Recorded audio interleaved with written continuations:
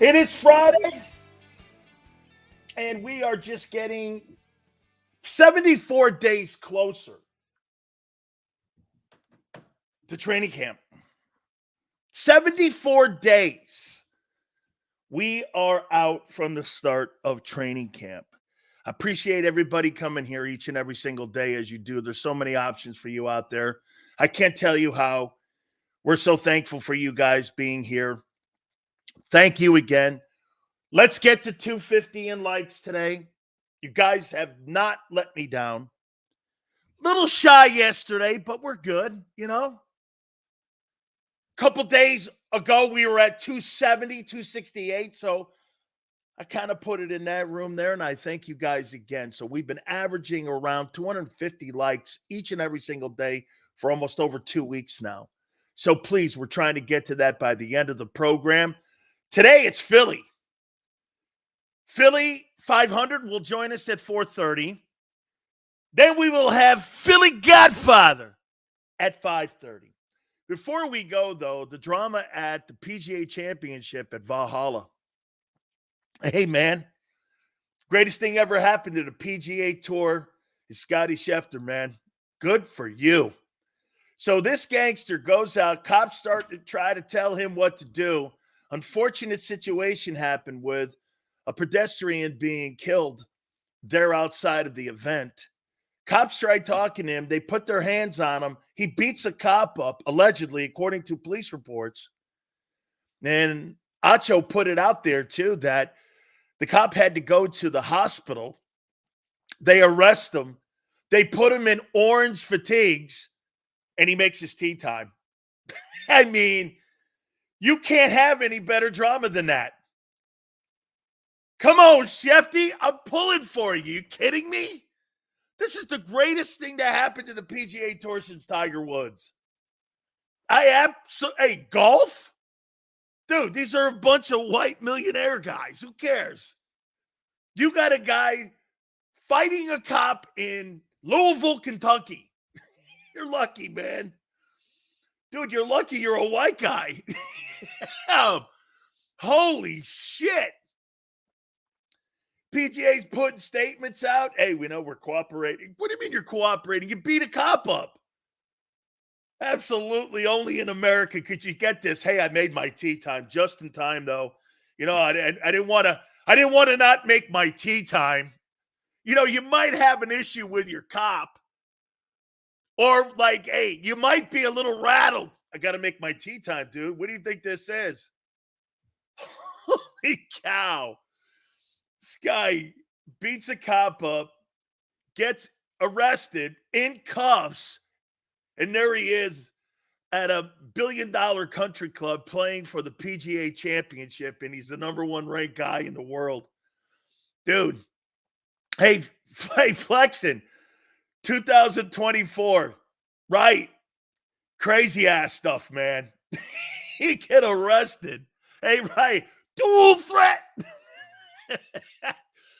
Dual threat.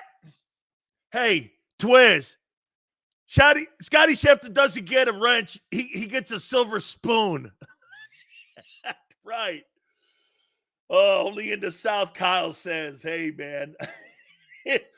This year is legendary so far. Absolutely, man. Can you believe that? I'm watching this thing. And by the way, I'm getting all these notifications on my phone.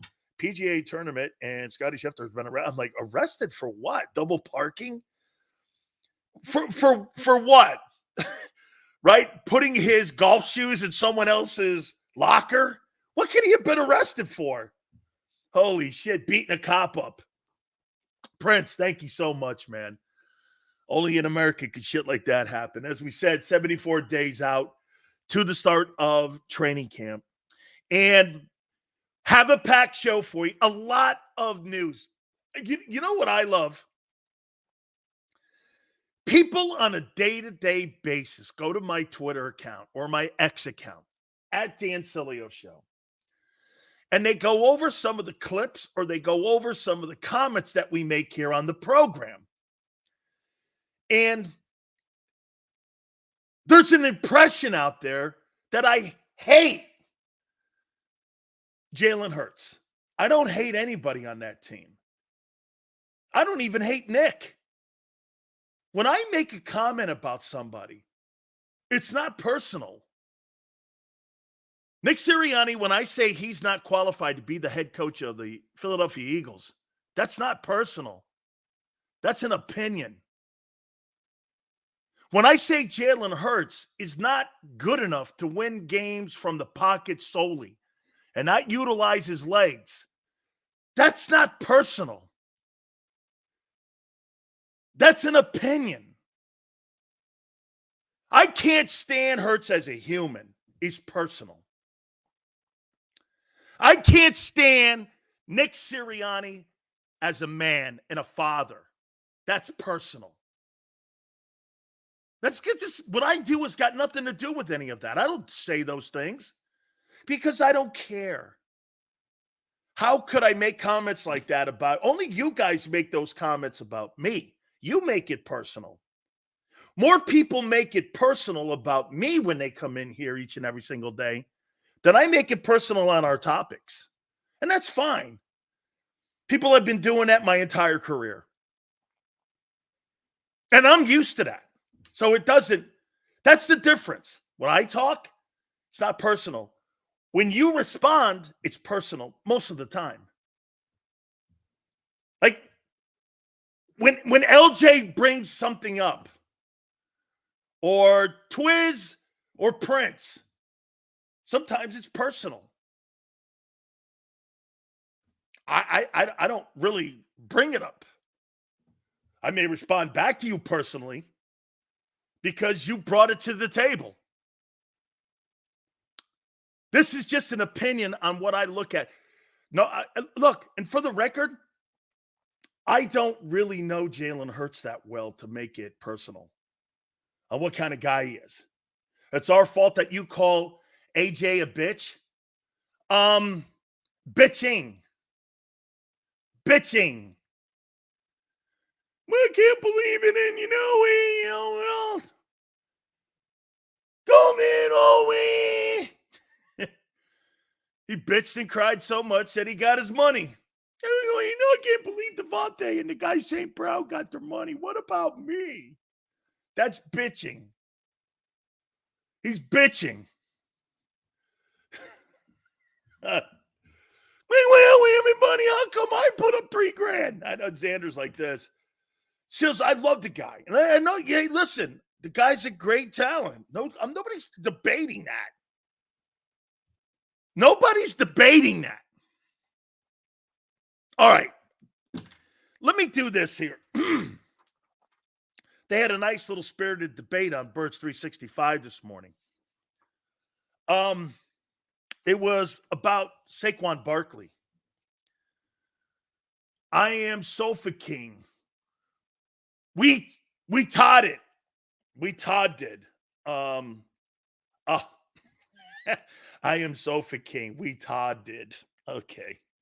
What are you from Boston, Prince? What are you from Boston? We Todd did. This guy sounds like he's from Boston. We totted. Oh, man. Chiefs Kingdom. Going for a three-peat this year, man. Sills, you definitely thought AJ was average when we got him. Yeah, because he had average numbers in Tennessee. I did. I didn't realize they were not utilizing him correctly. Yes, 60 catches. It's nothing to write home about. 1,000 yards. He didn't have great numbers in Tennessee. He never did. Most he ever had was 63, 68 catches. He wasn't a star in Tennessee. He was not a star. Those aren't star numbers. He was putting up Hunter Renfrow numbers in Tennessee. They were good numbers. But in today's NFL, 1,000 yards is 58 yards a game? They weren't good. He finally got a quarterback. I bet you Tannehill has had better seasons as a passer than Jalen Hurts ever had. I can promise you that. Okay, I could promise you that. So Hurts elevated AJ then. No. How come Hurts can't elevate himself? How come Hurts has bad years and he has great years? Because he's throwing all the passes to him. Come on, man. Come on, man. All right. I'm going to make a proclamation here. First and foremost, wait a minute here. Let's do this about Saquon Barkley. How many people think that Saquon Barkley is going to elevate the Eagle offense?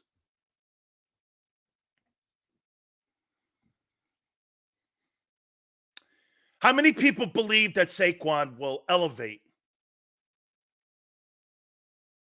the Eagle offense? Nick says definitely. Yes. Charlie says he will. Absolutely, Twiz. No doubt about it in his mind. He better. What do you mean he better? Takes pressure off Hurts as a runner. Saquon behind that old line is good. Better than Swift. He's got to be healthy. Hey, here's on for the Philly media. How come no reporters have asked ever why the Eagles changed the offense from 22? Hurts was an MVP candidate. They paid him based on that. Dual threat, my biggest bitch about everything, about how they're coaching the kid. Absolutely. Hey, by the way, I'm down on Hurts because they're going to coach him like they did in 23, not 22. When they go back to 22, and one day maybe they'll go back to it when they're forced to. Then maybe I'll be back to being on the side of they're aiming him in the right direction. But right now, I think they're aiming him in the direction of disaster. I don't think he's going to have a great 2024 year. I don't. Because if you're taking elements out of his game that make him unstoppable, you took the most important element out. You know what that is? His ability to run the ball and scare people and defenses. When you take that element out, I don't have to defend it. Okay, I'll defend his arm. What would you rather defend? Jalen Hurts' arm or Jalen Hurts' legs? I'd rather defend his arm because that's the weakest part of his game. I mean, and by the way, it's not that he sucks throwing the ball. He's just not better than what he does when he's got both. But when you're asking me to pick one or the other, and that's what the Eagles have done, they've made you have to only pick one. That's my complaint. That is my only complaint, is that Hurts doesn't have an arm. He never has. Look at him and how he plays and played so far in 3 years. He's not been great. But when you put the element of him running, it accentuates every single thing and they become more important passing yards. Last year, personally, the Eagle offense had a Kirk Cousins season. Did they not? Everyone had big numbers, Justin Jefferson type numbers, everyone across the board, and it didn't matter because you got crushed in the playoffs. So you were Kirk Cousins last year. And you tried joining the NFL by throwing the ball. Prince goes, I disagree. Well, he's under some bad impression that Jalen played well last year from the pocket. Third in giving up sacks. He couldn't see blitzes. And he couldn't find anybody off the numbers. Those are facts. It's what he did. You go back to giving that element of the... Now, will the motion help? Probably. Probably. One of the best deep throwers, that's a fucking absolute bullshit, absolute insanity. Deep thrower who can't throw for $4,000. Really? Wake me up when the guy joins the NFL and the rest of the big arm NFL quarterbacks. Because he ain't one.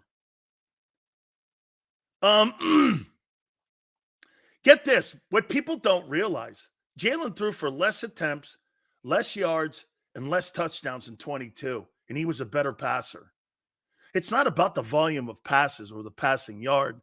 It's about, with that kind of kid, the turnovers.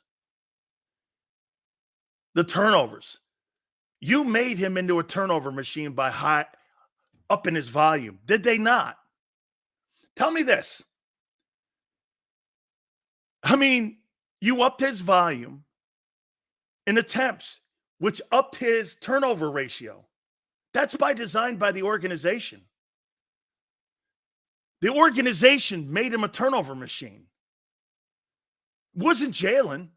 If you would have left him alone like 22, numbers are probably down, but the turnovers are down. And they would have been more significant in importance with the passing yards. Look, man, this year's going to define it. It's going to define it. So I'm not going to have to sit here next year, this time you'll be looking for a new quarterback. Or a couple, you'll be looking for a new one. You will. Sorry. Why would they fire Brian Johnson to coach him the same way? It'll be different. No, it won't. When has Kellen Moore ever coached an RPO quarterback? Name me one. All right. I want to get back to the topic that we're in hand at here. So you guys think Saquon Barkley is going to be an impact player in that offense this year? Is that correct? I asked Xander this question prior to coming on. You know what he said? They use him right. True. I'd rather have Siller than McCarthy. Both suck. Okay. Jalen will be just fine. Well, we'll see. I got Saquon 1,300 yards. Saquon will be an impact. All right. What if I were to tell you in 6 years Saquon Barkley's missed 26% of his games? How's that number sit? How's that number sit that Barkley's missed 26% of his games? Saquon Barkley's missed 26% of his games.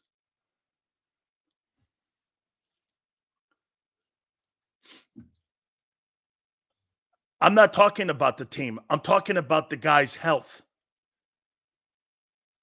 He's missed over a quarter of his career.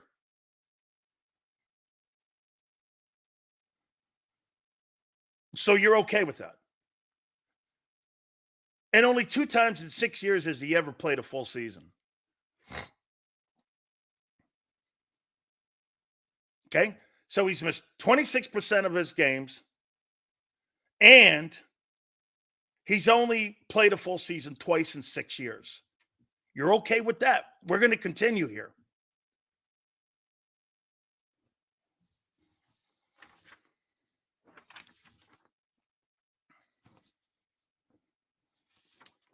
Where's that number? Here we go. Relevance. It's 2024. Yeah, that's because running backs always traditionally get healthier as they get older.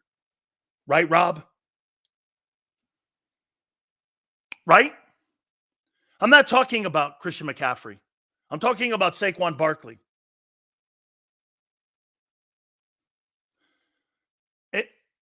Swift was also injury prone, and he had a career year. I am talking to you about Saquon Barkley missing 26% of his career and only playing 2 full seasons in 6.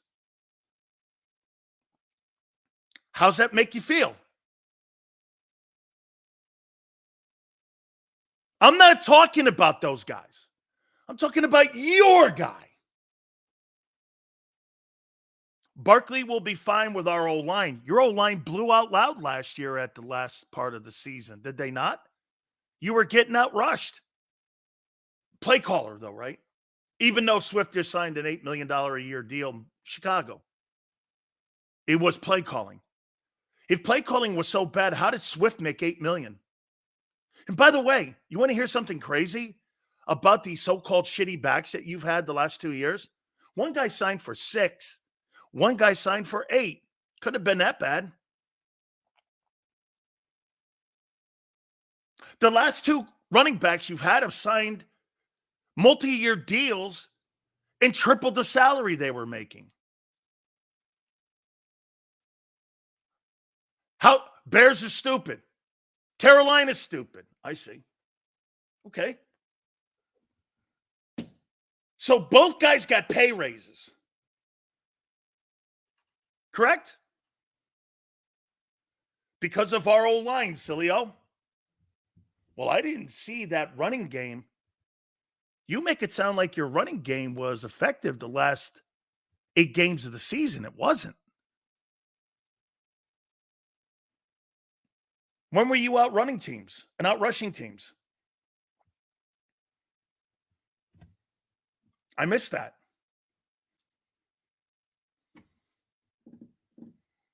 I mean, you average 1,200 yards. Somebody says, I want Barkley to get 1,300 yards. That's 100 over more than you've been averaging. So let's continue. He's had an injury-plagued career. And as I said, only 2 times in 6 years he's played a full season. You're now missing Kelsey. And in 6 years, Barkley has not elevated the Giants in any way whatsoever and missed 26% of his career. Why are you so convinced he's going to make an impact when he's not made an impact anywhere?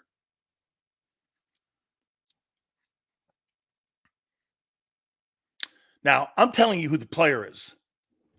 You're telling me who you think he's going to be. When you're the only of in New York, of course, you're prone to get hurt. Barkley will have less responsibilities than what he did to do in New York. Martin, you paid $10 million to a guy who's going to be a decoy. Is that what you're saying? Saquon Barkley's not rushing for 1,300 yards. You'll be lucky to get 9 out of him. John McMullen doesn't want to use him in the passing game because you're paying 2 guys $25 million. I think that's the Rubik's Cube you got to figure out. How are you going to use a guy who's hurt all the time? Stop telling me what you want him to be. Tell me who he is right now. You're making excuses up for the Giants being poor. It's okay. There's some truth to this. Josh Jacobs was on a shitty team, and so was Derrick Henry on a shitty team. The only issue is that those players didn't miss a quarter of their careers. This guy's hurt always. But he's going to be healthy if you overuse him. So let's put this out there. How many carries? I'm not fucking talking about McCaffrey. And by the way, did McCaffrey elevate Carolina? He signed a $20 million or $18 million deal there. He didn't sign his big contract in San Francisco. He signed his big contract in Carolina. Must have done something right. That's where he got his money. He got his money in Carolina. 49ers didn't pay him. You're making it sound like he went to San Francisco and exploded into a contract. That's not true. He became the highest paid running back in Carolina. Somebody thought something of him.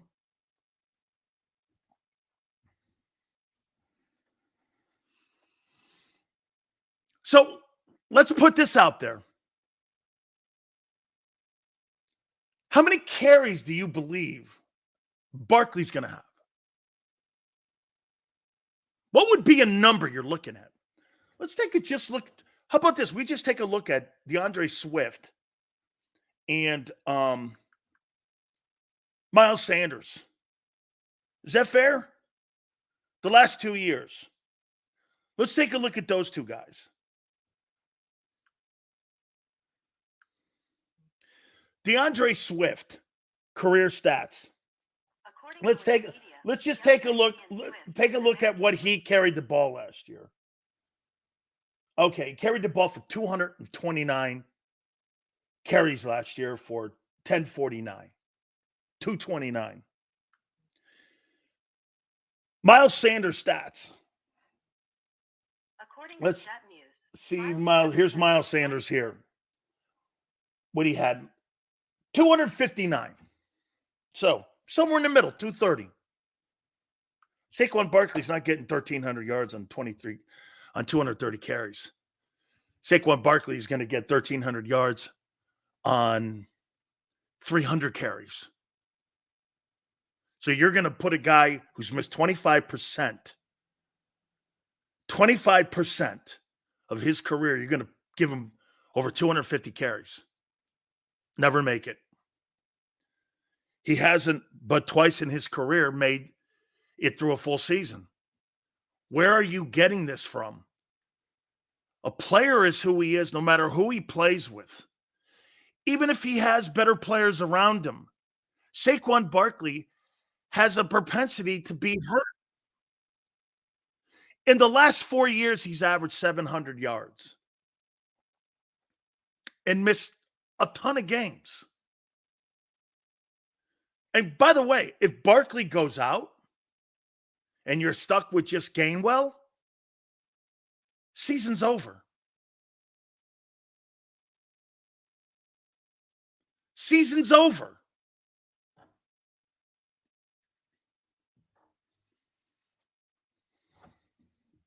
Gainwell is your feature back. Everybody thought DeAndre Swift had a career year last year. Was injury prone too. He is injury prone. When he goes up to Chicago, he won't make the season. I would never pay Miles Sanders and DeAndre Swift the money that they got based on 1 year and them being a running back. I'd rather play Barkley. Believe it or not. The money. I don't have a problem with the money. I'm not paying those two guys. Miles Sanders proved to you exactly who he was. Gets behind lesser players, he ain't playing. It'll happen with Swift, with that old line up there in Chicago. There's better players, and Ryan Poles is doing a better job of putting players on the roster because of Caleb Williams.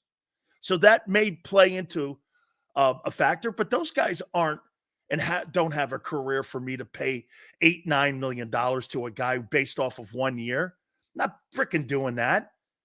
Like I said, I'm paying Josh Jacobs and I'm paying Derrick Henry and I'm paying Barkley the money, but I'm not paying Sanders and Swift based off of 1 year when one guy is notoriously injury prone. Are you crazy? But because the Bears had a ton of money to spend, they can afford that. Swift didn't want to come back. The Eagles offered him money. Do you understand that the Eagles offered him a contract before they gave a contract to Saquon Barkley? Their first choice was Swift. How many people think here that Saquon Barkley was their first choice at running back in Philly? I even think John McMullen reported this. I know that it's out there that Swift was offered a contract and he turned it down because it was too less of money. And he got more money in Chicago. Said, no way. So your first choice was not Barkley. It was Swift.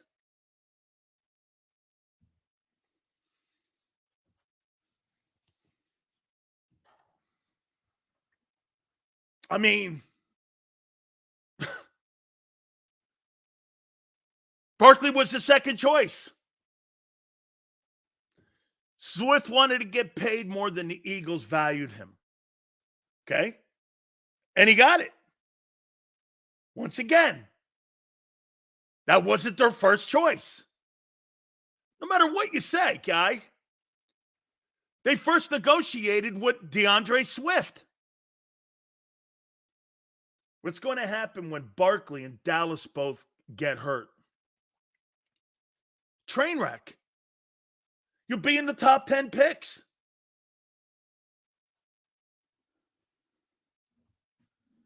Swift isn't a third down back. Barkley is.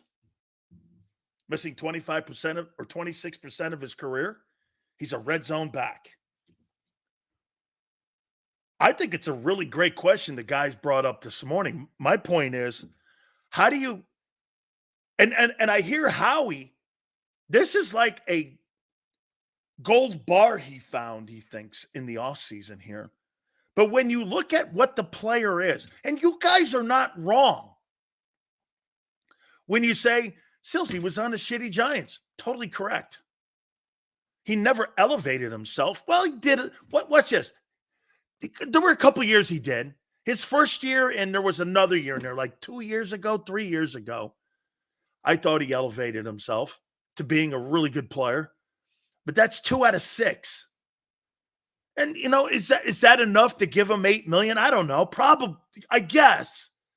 Remember, I got to remember where we are in today's NFL.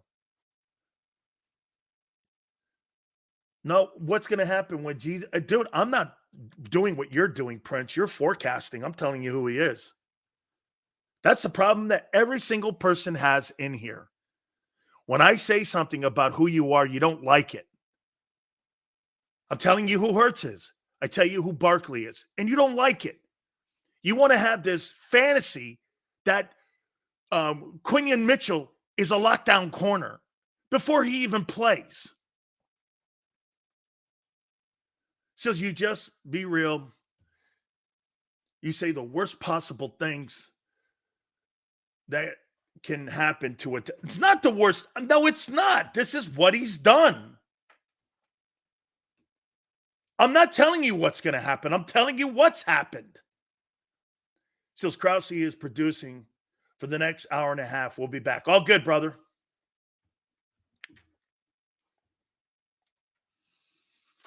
Sills, Smitty and AJ and Barkley make the team top heavy.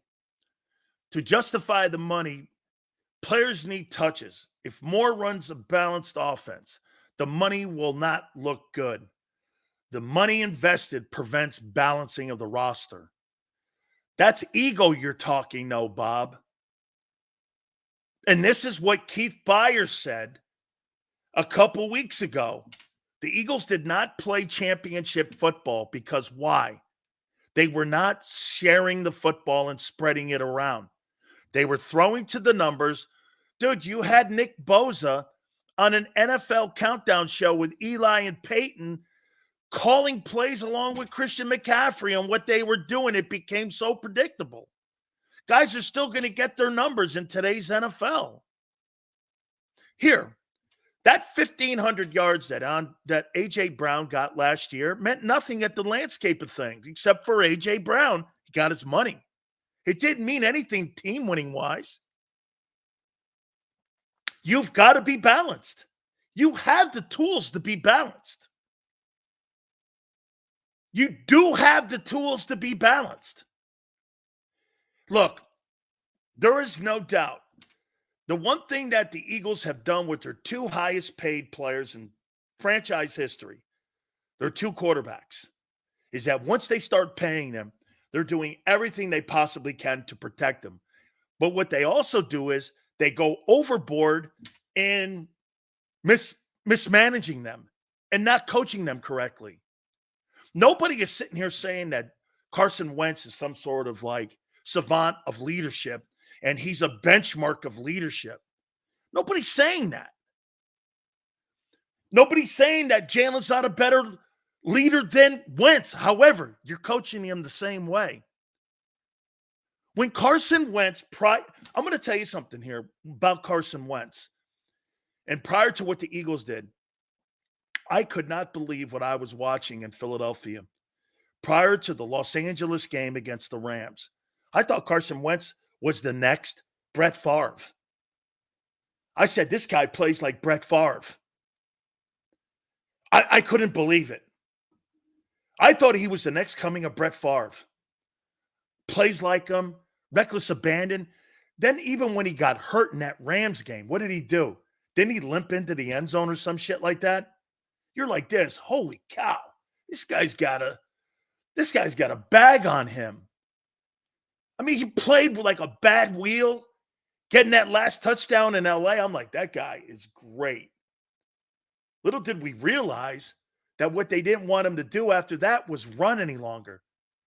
And what did they do with him? There were no receivers on the team at the time to say, Like I've pointed out to you before. And the reason I'm bringing Wentz up is because they're coaching Jalen the same way. Except what they're doing differently here, they're putting more talented people around Hurts. That was their mistake around Wentz, and they know this. I told you when Wentz, well, then explain this to me, David, if Wentz was trash. How can he become the only quarterback in Eagle history to have receivers on the football team with less than 500 yards receiving and throw for $4,000? And your guy has two 1,000-yard receivers in back-to-back consecutive seasons, and he can't throw for over 3,900 yards. How's that possible? How is that possible in a 16-game season, and Hurts has one more extra game? How's that possible? The year he threw for $4,000 and 30 touchdowns, there wasn't any wide receiver on the team with over 500 yards. How's that possible? But what happened after that LA game? No, I'm not moving on because you're coaching your guy now the same way.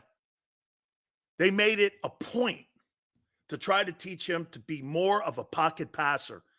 Carson Wentz was not just a pocket passer. He was also a guy who wanted to get out in space. That would have been like taking away the mobility of Aaron Rodgers early in his career when he got out in the perimeter. When Aaron Rodgers got out in the perimeter and he got out into the flats, he was a weapon. Accurate. That's why his touchdown-interception ratio was 3-1. No quarterback in pro football history has ever had a 3-1 ratio like he has, including Tom Brady. You couldn't defend him. For MVPs, there's a reason for that. There was a reason. They coached him that way. And they coached him to his skill set. They thought Wentz would elevate the team. He did. Nick, thanks for the super chat. He did elevate it. He elevated lesser players.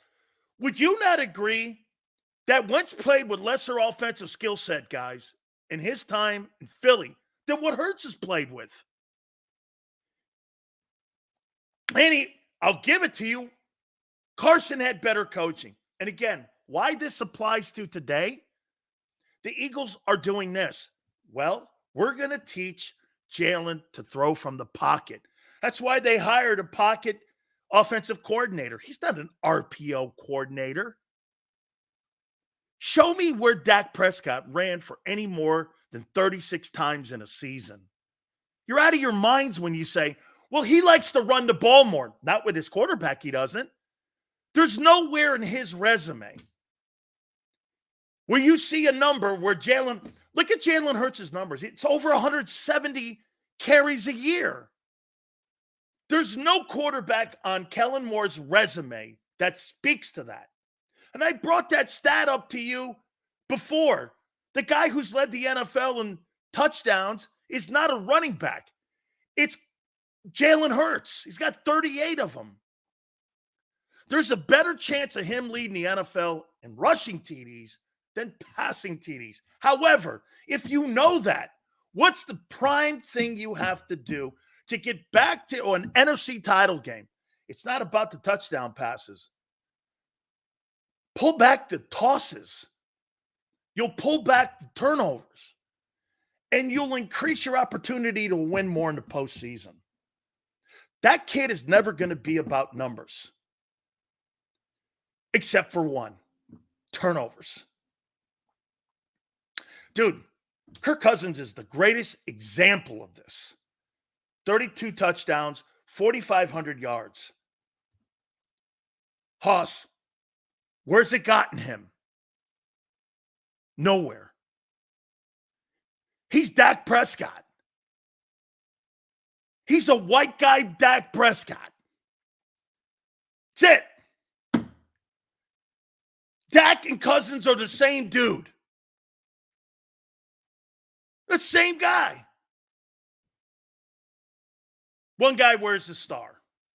And that's why that guy's getting paid. Well, Cousins, what's crazy about Cousins, he's made more money than Tom Brady. He's made more salary than what Tom Brady ever made, which is insane. With 2 playoff wins versus Brady's 35 wins. And he's made more. Crazy. You don't really have to be all that great. Sales about the schedule may look tough to us, but we look tough to them. Your defense doesn't. I don't fear your defense. There's not one guy on that defense I would draft except Jalen Carter. If I had to hold a draft, the Eagles with defense would not be a place I'm going to. I would draft Jalen Carter. The rest of them, you can have them all. Now, we'll find out about the rookies. Okay? We'll find out about the rookies. We'll see. One of them may be Sauce Gardner. Sure. But until that day, I tell you who you are. Not what you want people to be. Because, again, that's fantasy talk. Who are you? What have you done? Where has your career taken you? And this is why I say this about Barkley. Guy's missed 26% of his career. He has only played a full season twice in 6. Seals, he's coming to a better team. True. Is he coming to better coaching? I don't know about that. So you're under the assumption that, let me ask you this. So you think Kellen Moore's a better coach than Brian Dable, who was coach of the year 2 years ago? Do you? Kellen Moore's a better coach than Brian Dable. Really? Joseph says yes.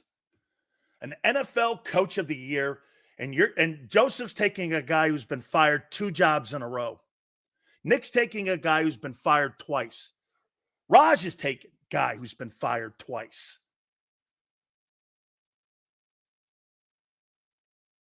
He's been fired. He got fired in Dallas. He got fired in Los Angeles. His last 2 jobs, he's been fired.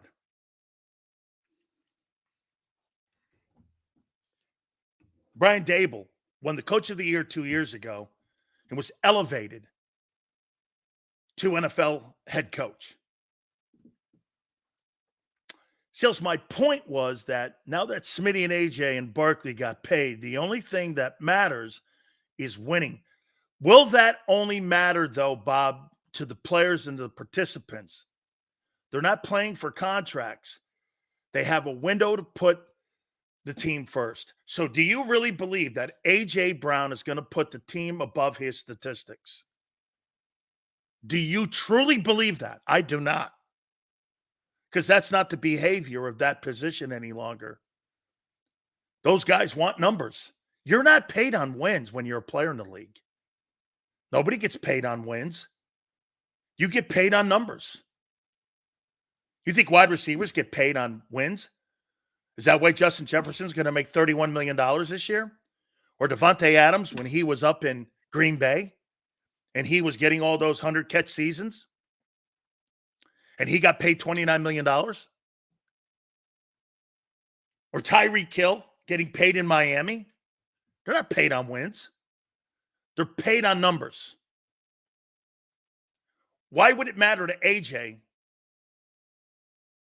if they win 12, 13, 14 games? Why would it matter? As long as he gets his numbers. Remember something. He wants to be a Hall of Famer. Don't you understand? T.O. and Randy Moss are 2 of the greatest players in the history of the sport. It was never important for those guys to win Super Bowls. Why would it be important for AJ? Did you ask yourself that?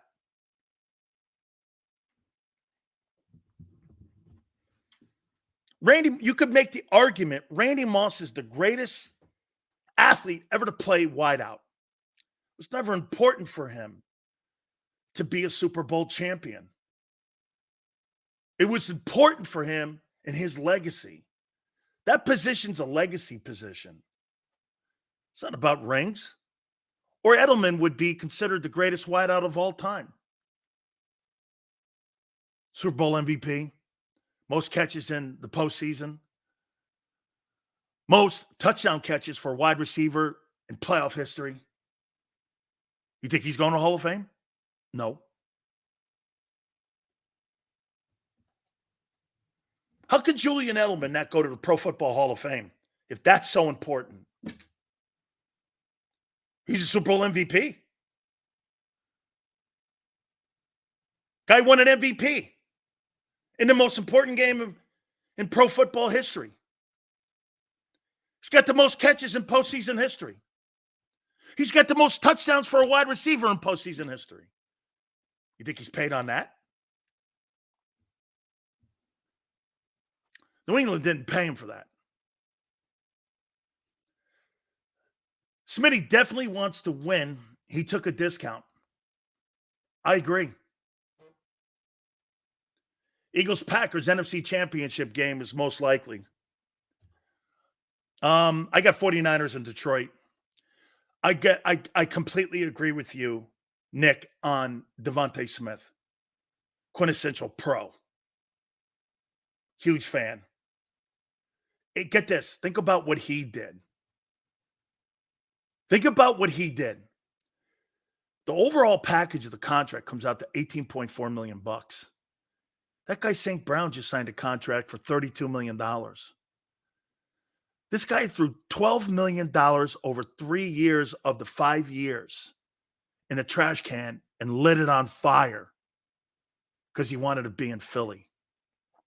Yes. This guy put $36 million in a trash can and lit it on fire. He'll never get that money back. And he signed the contract before CD, Jamar Chase, and Justin Jefferson signed their contracts. Absolutely. Absolutely. He didn't give a shit what those guys were doing. He cared only about what he's doing and where his feet are. Okay. Sales, what's your thoughts on Vic Fangio saying he wants to use Zach Bond at inside linebacker? He must know that the two schwimps that he has inside are not going to hold up. I don't have a problem with that. Got to find something because those two guys will not hold up. Devin White and Nakobe Dean are the smallest inside linebackers in pro football. You went from a bigger team 2 years ago to a smaller team a year ago to an even smaller team now. It's the smallest linebacking group. He knows he needs more size, especially in the 34. Will Nick be the head coach next year? We've broached this before, and we'll say it one more time. If Kellen Moore turns Jalen Hurts around, they go to the NFC title game, you're going to allow Kellen Moore to walk out the building and to revert back to Nick and try to find yourself another coordinator?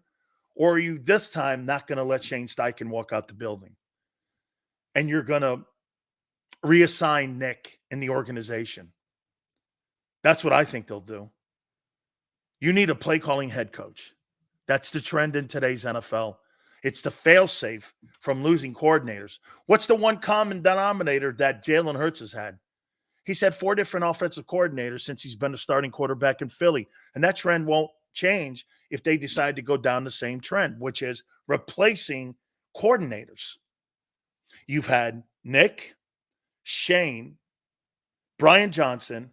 Now you have Kellen. And this is in a 3-year starting period. You've had 4 OCs. So you're going to let Kellen walk out the building and have a 5th one going into his 4th season? It's insanity.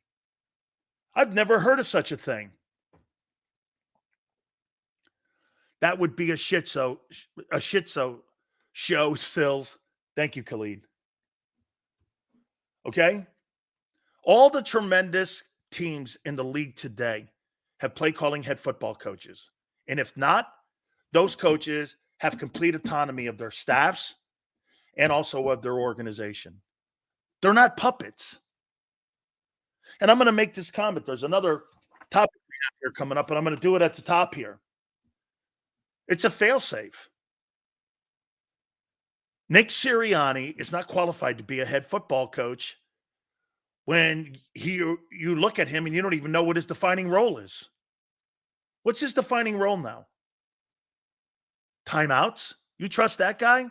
Did you not watch the Super Bowl 2 years ago when it came to time management? Really?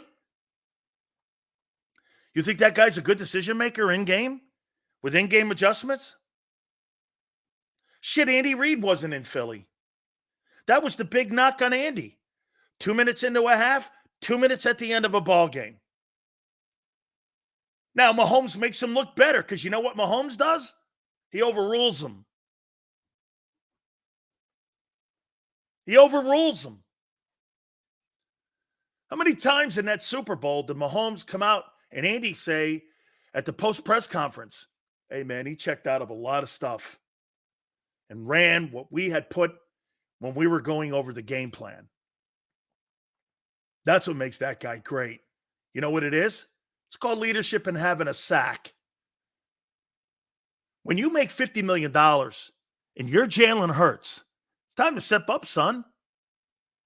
If my boss makes me the highest paid guy in the building and he gives me some shitty idea about my show, I'm going to look at him and go like this. That's not in the best interest of what I think is going to make us successful here. You hired me to make those decisions. The boss would go like this. Okay, if you fail, it's on you then, right? Yeah. It's called legacy. Your legacy will be defined by you. I don't want a coach defining my legacy. Let me determine if I hit the iceberg or not. I don't want you driving me into the iceberg. That's what Hurts did last year. If you guys under your premise are saying Brian Johnson sucked, Hurts allowed Brian Johnson to run square into the iceberg. And he allowed it. I make that kind of money? Sorry. I'm the face of your franchise? Not happening. It's called what Boomer Esiason said on this program, learning to play with the contract. Remember something. That's not some sort of fantasy. It's what happened to your team last year. Once again, remember, I'm telling you who you are, not what you're envisioning. I'm telling you who you are. That's why when I told you who Barkley is, you guys didn't like to hear it. He's missed 26% of his career. And you're telling me you're going to give him 300 touches? Really? And if you give Saquon Barkley 300 touches, let me ask you this, and he's only played 2 of the 6 years where he's played every game. If Barkley has 300 touches, do you think he makes the year? Watch this one. Watch this one.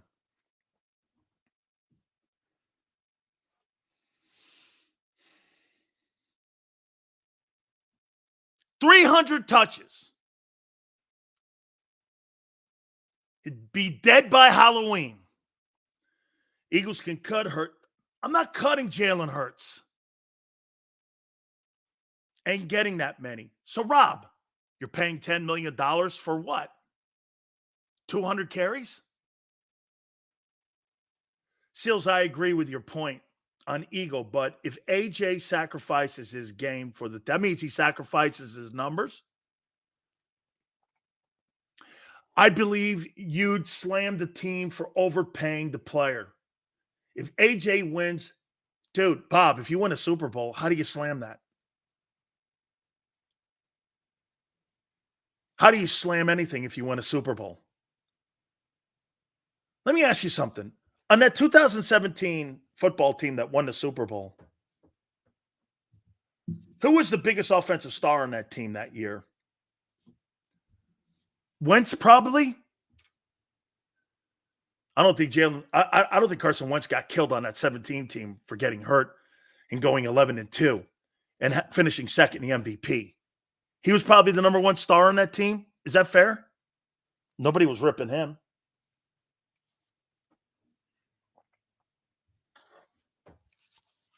Zach Ertz, okay.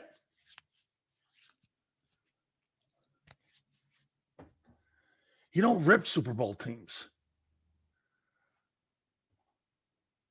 You don't rip Super Bowl teams, no matter what the numbers are, because everybody makes a contribution.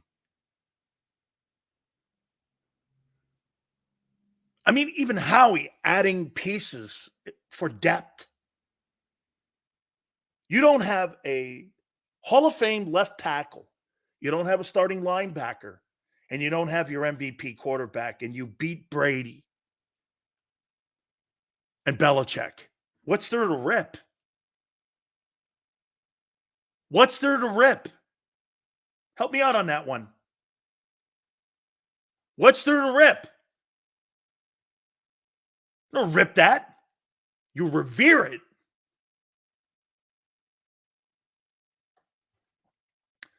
But you can't duplicate it. That's a one of. Brian says people say it's a fluke. There's nothing fluky about winning a Super Bowl against Bill Belichick and Tom Brady.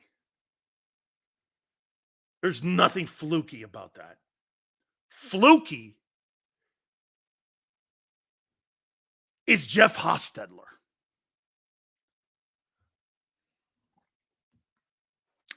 And when you're handed the Lombardi Trophy, it doesn't say fluke Super Bowl win. Barkley will be a glorified blocker. I'll tell you what, hang on for a second here. If he cuts down and helps Jalen Hurts and his blitz pickups, and that stops the pressure from internally getting to him, which allows the offense to spread the ball around, great. You've had one of the worst, if not the worst, pass protecting running backs in the league. You're getting a stud when it comes to pass protection. Stud. He's a stud. A stud. Blitz pickup, absolutely. No question. There's no getting around it. James, thank you very much. I appreciate it, my friend. With Vic's love for fire zones that drop defensive opposite, Creeper LB often will to consistently get free running pressure with only 4, would you then concede White's value potentially given his athleticism? My problem, James, with Devin White is that he's not good against the run. Okay? He's not good against the run. He's not a very good cover guy, and you're in a 34. I would feel, James, better if he was in a 43. And here, let me show you. Here's the difference in why I think that Kobe Dean and Devin White are being put in a deficiency. And I get where you're saying, and I understand what you're saying. But here's the 34, okay?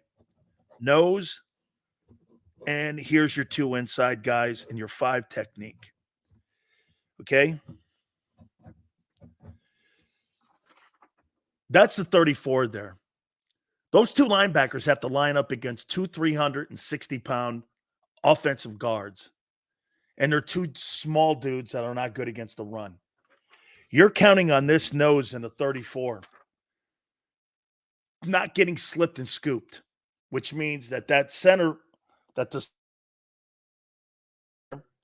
here, he goes for this player, and that backside guard comes here and scoops this linebacker. Now, if you're in a 43, if you're in a 43, you have your two guards covered. You have a Mike, a Will, and a Sam. You're more protected because of the four dudes up front when you have undersized defensive linebackers. You're protecting your backers more. And quite frankly, I don't believe you're set up for the 34. Dean will get pushed back 10 yards before the play starts. And what happens when you do that? You know what you're constantly doing? And I completely agree with that. The scrape line gets moved back even further. What I mean by the scrape line, say the line of scrimmage here, right? Okay? Those guys get humming off the ball and you get pushed back. What happens when you get pushed back and you're a backer?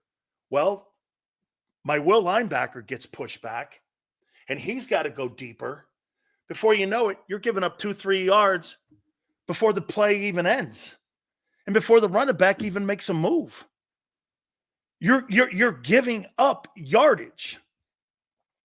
And let's be candid here. Vic Fangio doesn't have a track record of winning championships. He has been a solid defensive coach. This is going to come down to players. I don't really think it's going to have anything to do with Vic's scheme. I think it's got everything to do with Howie's players. And the players he's put on the field. They're not good enough. Bryce Huff was never a starter in New York. Devin White got beat out. Nakobe Dean has not shown 1 ounce of him being on this team, and deservingly so. The only reason is because Howie drafted him. That's it. That is it. As a matter of fact, both your coordinators are not with any pedigree of Super Bowls. Not one of them. Dallas has them. Mike Zimmer's won a Super Bowl as the assistant DC and also DB coach in Dallas. McCarthy's won a Super Bowl as a play-calling head coach with Aaron Rodgers. You think there's any coincidence to that? And you could say whatever you want about Kyle Shanahan. Kyle Shanahan has taken Matt Ryan, Jimmy Garoppolo, and he's taken Brock Purdy to Super Bowls. I mean, so what is Devin White good at, in your opinion? Blitzing. How about this, Nick? Blitzing. Does Vic blitz? Does he? Does Vic blitz? Nolan Smith is starting. Wow. That's your guy to take over for Reddick? Senor goes and still can't win a Super Bowl, Kyle Shanahan. I get it. He's got to win one. Seals, your point's true, but they'll likely be in tight mint front with Sam on ball. So you're gonna put Nolan Smith over an offensive tackle? No way. You heard what Gary Cobb says on this program. He's too small and he's not strong enough. You're going to put him, who he's on the Sam right now, you're going to put him over a tight end or offensive tackle? No way. No way. No way. No way. Shanahan is, by your definition, a loser. Shanahan, in my opinion, is overhyped, not overrated. Overhyped. I think he's a hell of a play-calling coach. I think he does a lot of great things. But for you to get the overhype taken away, you got to win one. I think he's a great coach. I'll tell you what. He does more with his superstars and Kittle, Ayuk, and Debo, and McCaffrey, and Purdy than what Nick ever did. Always remember, Nick is 13-11 as a play-calling head coach. 2-5 to start his career in Philly. And last year, when he was going around, and I heard our postgame show, and Joe Krause was right there. I heard the postgame show. You know what they were saying? Well, this is my offense. Brian's just calling the plays. So that was Nick's offense. So he's 13-11 as head of the offense.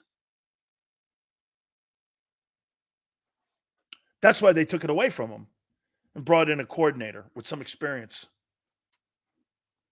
Nick's a position coach. I knew him when he was in San Diego as a wide receiver coach with Frank Reich. When they were there with Phillip Rivers. Imagine Nolan Smith against Becton.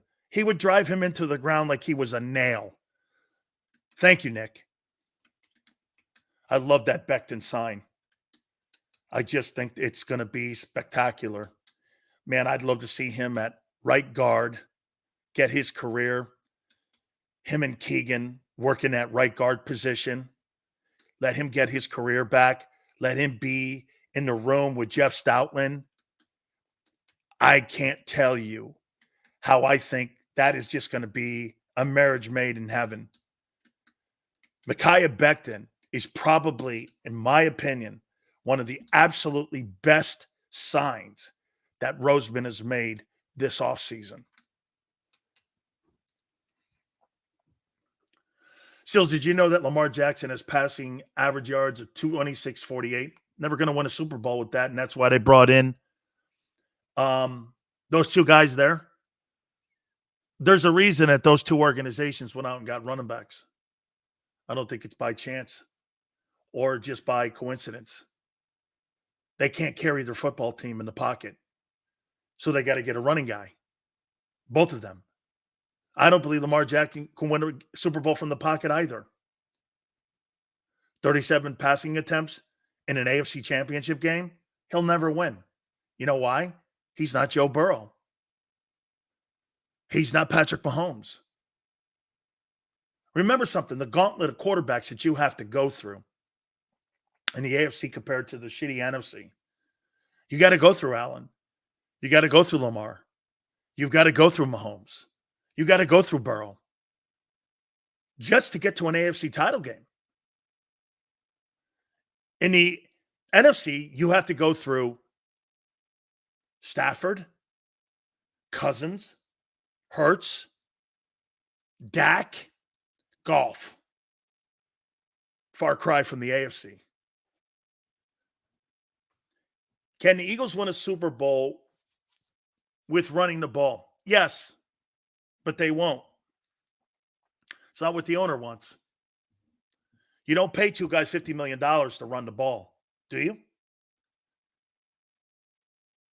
That's the dilemma I think they're in, Khalid.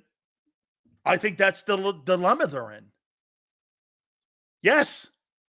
Hurts. Can you imagine Hurts and Barkley running the ball? You couldn't defend it.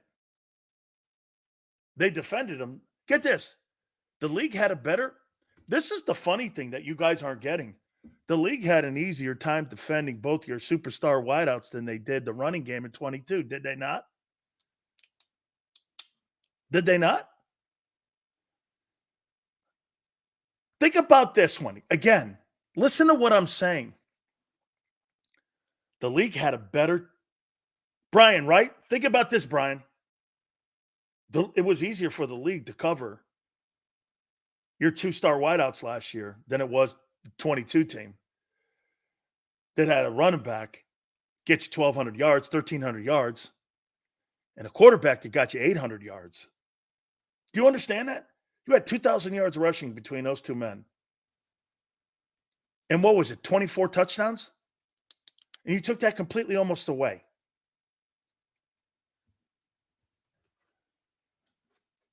That's my problem.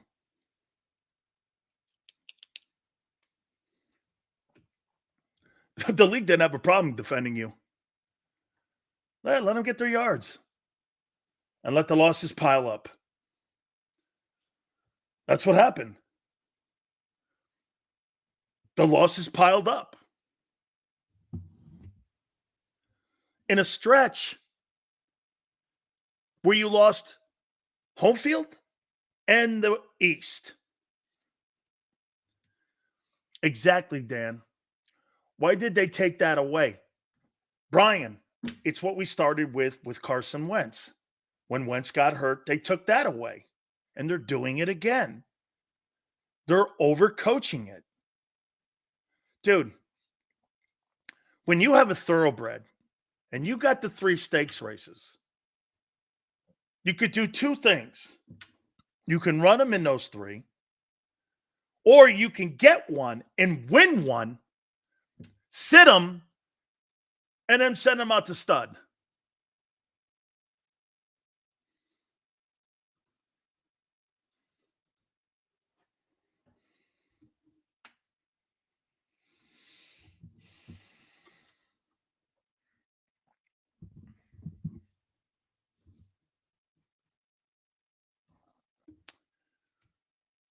You can't really consistently run the ball when you're going and you're down by 10 points in just about every game. You can't afford to run too much. That's correct. But they were up in 22. They were rarely behind in games. Sean says, Sil, since the Bucks cut White, maybe playing to stay in the league might light a fire. It could.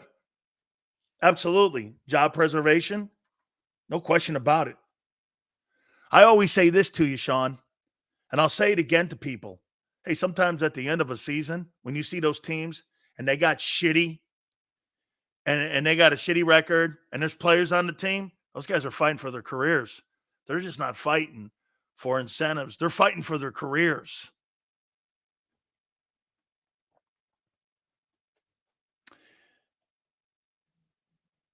Don't be surprised if this is a growing pains type of year. Very rarely do teams with new coaches go all the way. How about this one too, Forrest?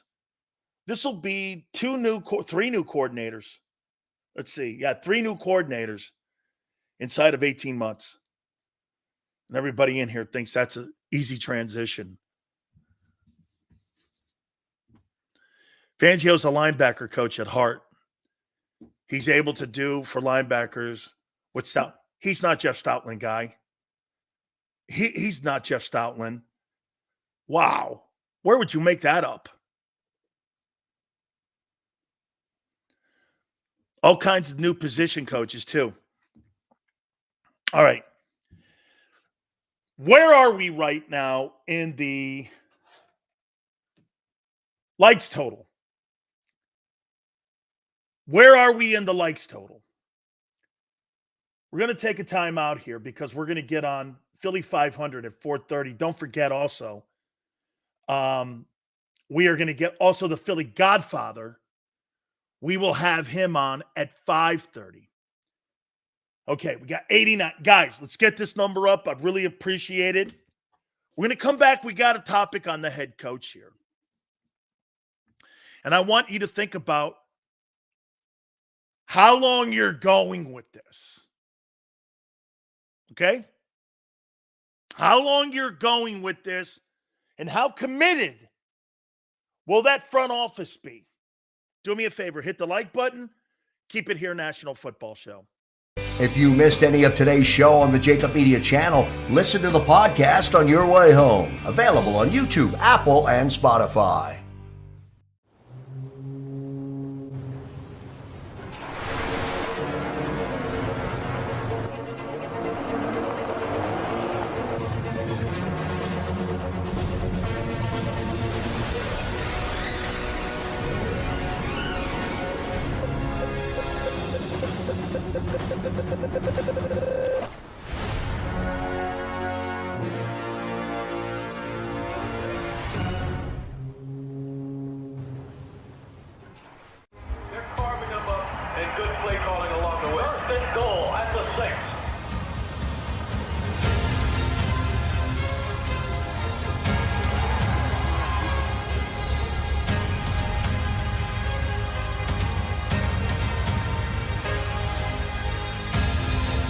Field of life, First Trust Bank is there for you.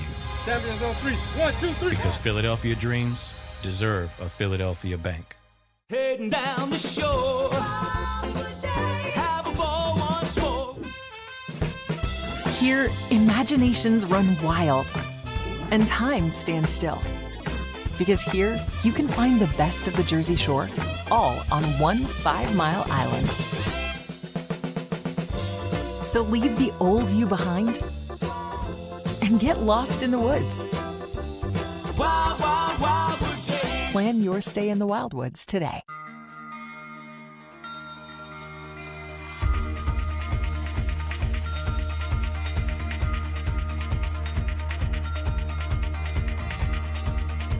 Hi, I'm Jim Muehlbronner, Managing Partner at Delval Insurance Group. Give us a call. We're a local, knowledgeable agency, not an 800 number. Go Birds!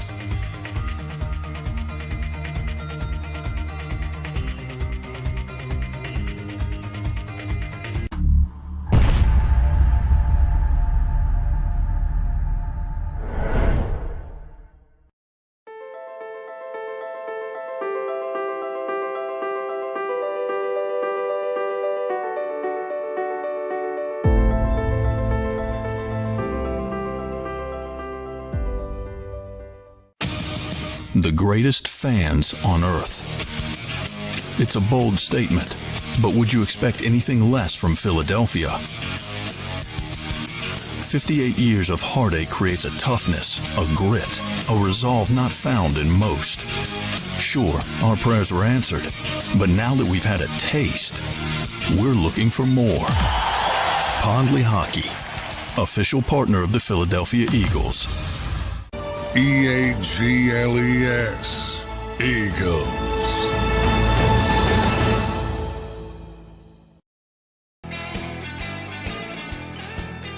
Big Sales National Football Show. Please hit the like button. We appreciate it. Free speech.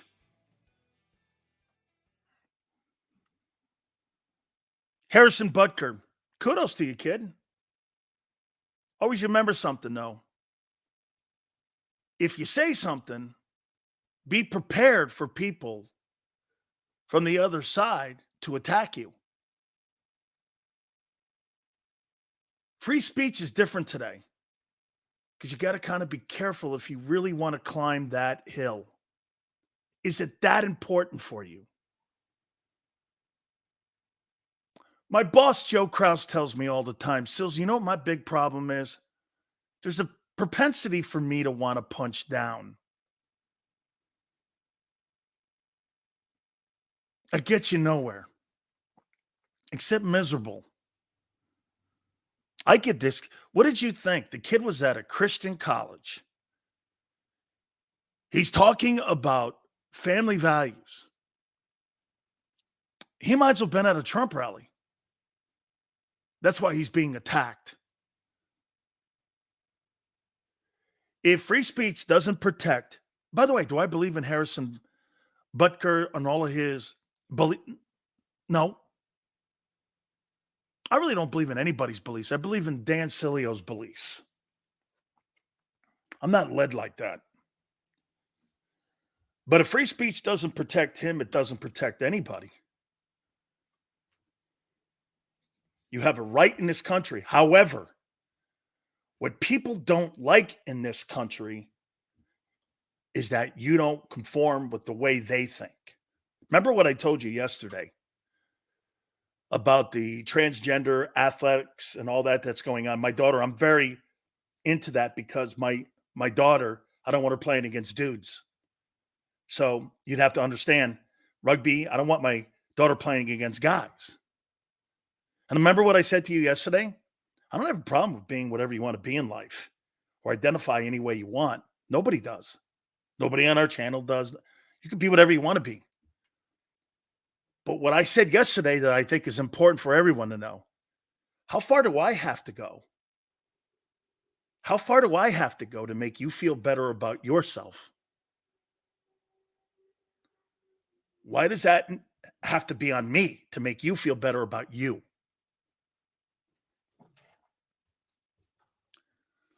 Just, I'm not going that far. Big Sills. White might feel the urge of staying in the league after being cut. Yes. Yes. Yes. That could be.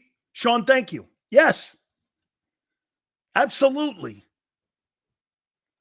Mark, I don't care about it. I don't care about that stuff. It has no impact on my life. I don't care who you do, what you say, what your religion is. As long as you're a person of God and you have faith in whatever that is, Muslim, Baptist, Catholic, Christian, I don't care. I've been a man of God my whole life. But no one's going to dictate to me how I read the Bible or how I think. And I'm not going to make you feel better changing my values so that you feel better about you. That's what the league does. You think they really gave a shit about Colin Kaepernick? They gave him $20 million of F you go away money. And what happened when he got a little out of hand, when the advertisers started complaining, bitching and moaning? They stopped showing it. They stopped showing it. And to make it even more so, they didn't play the national anthem when the players were on anymore. Is anyone in conflict? Yeah, but we support everybody who takes a knee. No, they don't. Really? Like that bullshit Rooney Rule, right? Let me interview 5 black guys just so I can hire the white guy I want. Come on, man. The league tells you what you want to hear. You know why? Because it's easy to lie to you. You'd rather hear lies than truth. You know, most people in the world want to be lied to instead of had the truth spoken to them.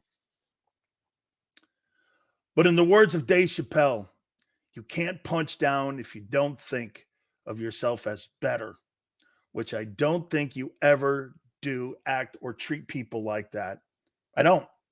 By the way, my views are the best and right.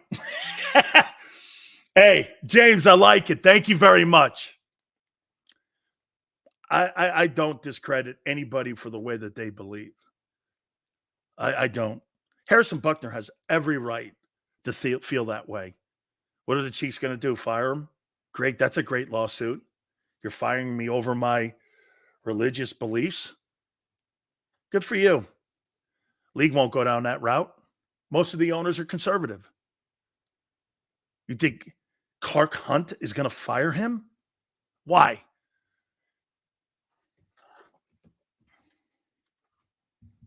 It's Kansas City. It's in the middle of America. I'm going to get to my topic here in a second. But one last thing here on this. Why do you think Donald Trump is so enormous in today's political world? World ain't New York and California, just like the NFL fan base, middle America and the South. And he knows that. It ain't LA and New York. But some people believe that's what our country represents, and it doesn't. It represents middle America and the South. And guess what that's the fan base of? The National Football League. And the league knows it. Who would have thought the NFL for 25 years didn't have a team in New York City and Los Angeles, and the league still grew the way it did? Why is that? Think about that. They didn't have NFL football in Los Angeles for over 20 years. For over 20 years, they didn't have it. It didn't affect the league, did it? Because that's not their fan base. You ever seen a SoFi game? You ever see a SoFi game? You ever see a SoFi game when there's no Rams or Charger fans in it? Eagle fans, Steeler fans, Falcon fans. There's no NFL fans in LA. There's barely Dodger fans. So get this. This guy from Kansas City, he's a conservative kicker which, by the way, is not a football player. I mean, kickers aren't football players, like bowlers. I mean, right? Florida and Texas only states with a set, you're right. Pennsylvania is a Democratic shithole. Well, let's move on. This isn't a political show. And I'm not here to preach to you. Everybody has a right to believe what they want to believe. One thing that Elon Musk does a great job of, you know what that is? He pisses people off by allowing people to speak their mind. That's why my show pisses off a ton of people in Philly, and Joe Kraus gets calls daily. It's because you guys come in here every day, and we have a show where it's really the only place in Philly and around the country right now where, get this, we don't block you. I let you speak your mind. You guys debate me every day, and I welcome that. This is not a one-sided conversation. Do we agree? Hey, guys, even the people that disagree with me, you guys would agree with that we do debate here. That's old-style radio to me. That's old-style broadcasting. And I think that's more compelling than listening to some guy sitting there getting his ass kicked for 3 hours.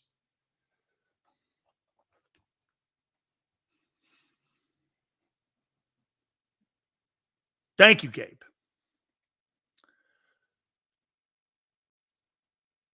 JM goes, you don't block since we never blocked. By the way, one more time about that. Hey, I'm really glad. We love Tone. But before you start throwing stones at us, you might want to take a look at the delisting of Odyssey or Beasley going into bankruptcy soon, or all the firings that are going on, or the stock of Crossing Broad down 85%. So when you take a shot at JAKIB, little old JAKIB, and those companies are severing losses, firings out the ass. Hey, welcome to broadcasting. Do you call up IP and the Fanatic, ask them what happened to their guys?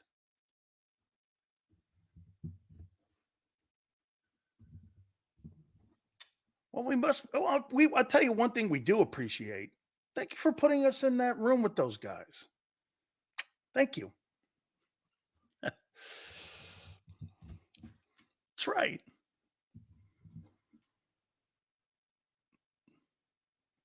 All right. Don't forget, 4:30, we're going to talk to Philly 500. And we'll talk to Philly Godfather at 500 here. Do you think Stoutland helping kick off return plays? Every single coach, my friend, works in the special teams in some attitude, whether it's going to be wedge blocking, setting the front lines on your offensive line on PAT or field goal. All coaches mostly work with the special teams. There's a special teams coordinator in Michael Clay.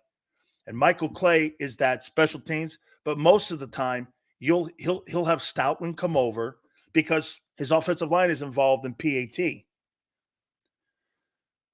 Okay?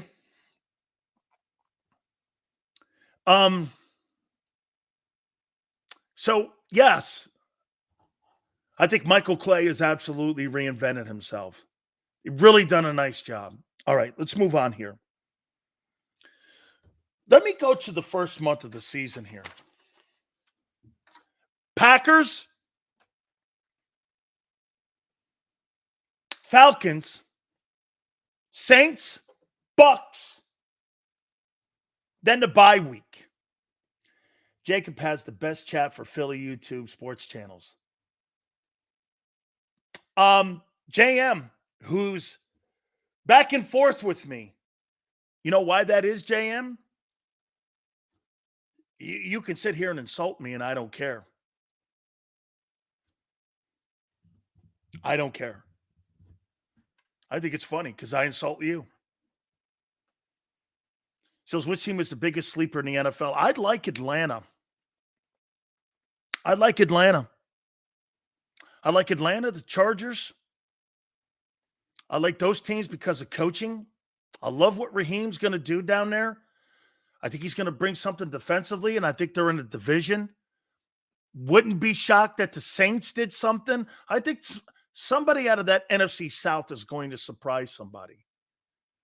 I think that Colts team's going to be good, especially on defense. And Atlanta's got the easiest schedule in the league. They got the easiest schedule. Packers are in a great division. Get this, Forrest. The Bears may have the best offense. They may have the best offense. Washington's a sleeper team. All going to come down to Jaden Daniels. All going to come down to him. Okay? Hollywood, 97.5 is a bunch of ass kissers. Is that thing still on the air? I thought they went country. Oh, wait. That was in Miami when he was there. Sorry, Joe. Yeah. I like the Falcons too, James. Okay, I do. I think Alvin Kamara is going to have a really bounce-back season. I think he's going to have a bounce-back season in New Orleans too. NFC got injected with new quarterbacks. They did. Washington's definitely somebody to watch. People are assuming we sweep them this year. Oh, I don't think. I think you. Hey, Sam. I think there's a better chance you sweep the Cowboys than you do Washington. For whatever reason, man. That football team puts up a battle against the Eagles every single year that I've been covering you guys. There's really, I think the Rams, yep, I'm with you. Rams defense without their best player, that's a question mark. I don't think you're wrong, JM. Look at Sean say that Derek Carr's trash. He outplayed Hurts. Sean, he outplayed Hurts last year in every stat. He outplayed Jalen, Derek Carr. So what is your guy?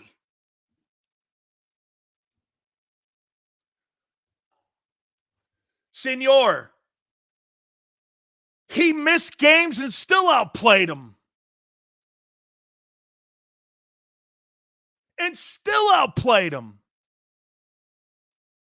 What are you talking about?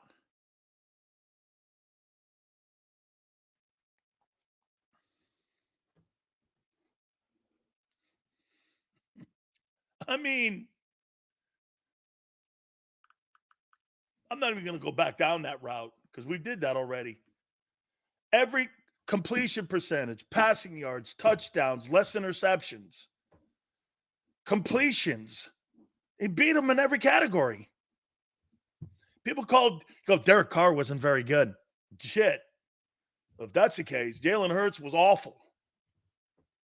Remember something. You're still comparing a guy from something, and all you have is 2022. That's old news. Just like in broadcasting, bringing something up from 2 years ago, the medium has changed. Look at cable television getting destroyed right now. Look at the look at the cable TV division right now getting destroyed because of streaming. Who won more games? Dude, who won more games? You played one extra week than the Saints did. That's all that matters. Nobody gives a shit how many wins you put up on a board. How far do you go in the postseason? You went one more week further than the Giants did.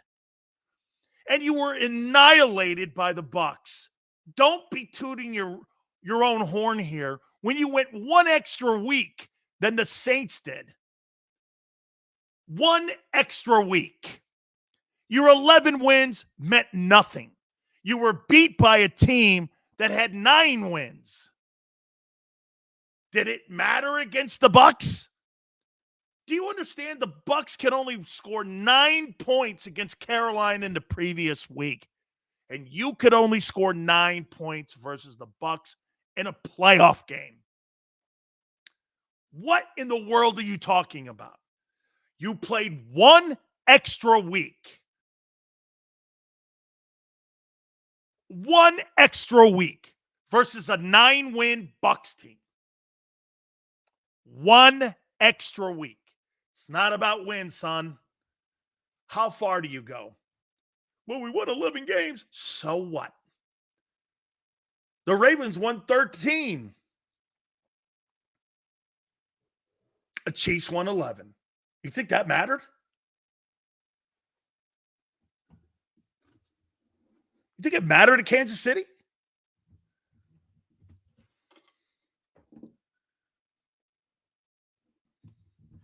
You played one extra week than the Jets. One extra week versus the Jets. Pick the shittiest teams on the planet. Holy cow.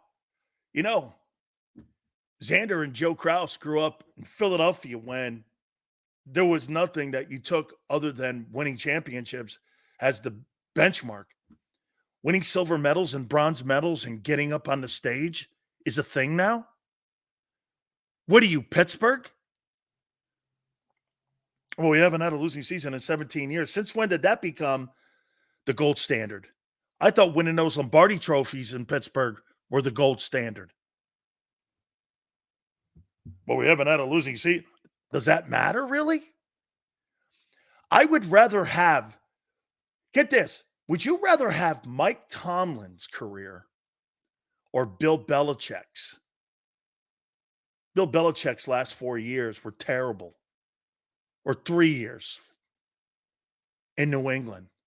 So you're telling me you'd rather have Mike Tomlin's career because he never had a losing season versus Bill's, who had 4 shitty years and 6 Super Bowl wins? Really? That's like trying to tell me you take Fredo Serianni over Doug Peterson. Mark goes, Belichick cheated. Yeah, of course he did. It's the only thing you can hang your hat on. Even after Deflategate or Spygate, they still won 2 Super Bowls after each event. Didn't matter, did it? Made up. Look at this. I'd take Shula. Really? You take a guy who won 2 Super Bowls in 30 years over a guy who won 6 over 20 and went to 10. Really? And has 10 AFC championship rings. Really? Brady said they cheated. Deflated footballs. Stupidest shit on the planet. Made him throw the ball a little what? Harder? Softer? How did deflated footballs help New England win Super Bowls? Tell me. What was the gripping? Oh, the gripping and the cold. Oh. You know what I used to see Phillip Rivers do with the football? He'd get it out of the box. Nick Serianni was right there. I saw him doing it. Both of them were rigging the footballs up. You know how a baseball pitcher, what he likes to do is kind of scuff it, get the scuff on the baseball so they could throw a better seam or a better breaking pitch?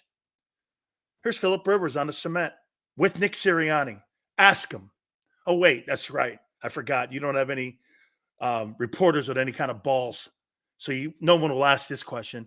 I was there covering the Chargers when Nick was in the building, when they were outside rigging the footballs. This is a fact. I actually have pictures of Mike McCoy and myself and Nick. And I was there when they were rigging the footballs up. You know what they were doing? Here's Rivers. He was throwing the football to the ground, spiking the football into the ground to scuff the football up so that he can get a better grip on it because there's like a glaze on it. And I asked him what he was doing. He goes, well, feel that. It's really slick when they come out of the box. So he was getting the footballs ready. throwing him against the cement, scuffing him up, getting him all ready. So the equipment guy taking air out, putting more in. They all did it. Oh, what? You didn't know that? I actually got pictures of that. I got pictures of me and Phillip Rivers together with the football in his hand that he was scuffing. Cheating. How did Deflategate help? They performed better in the second half than the first half. And all balls are prepped well before any game by every team.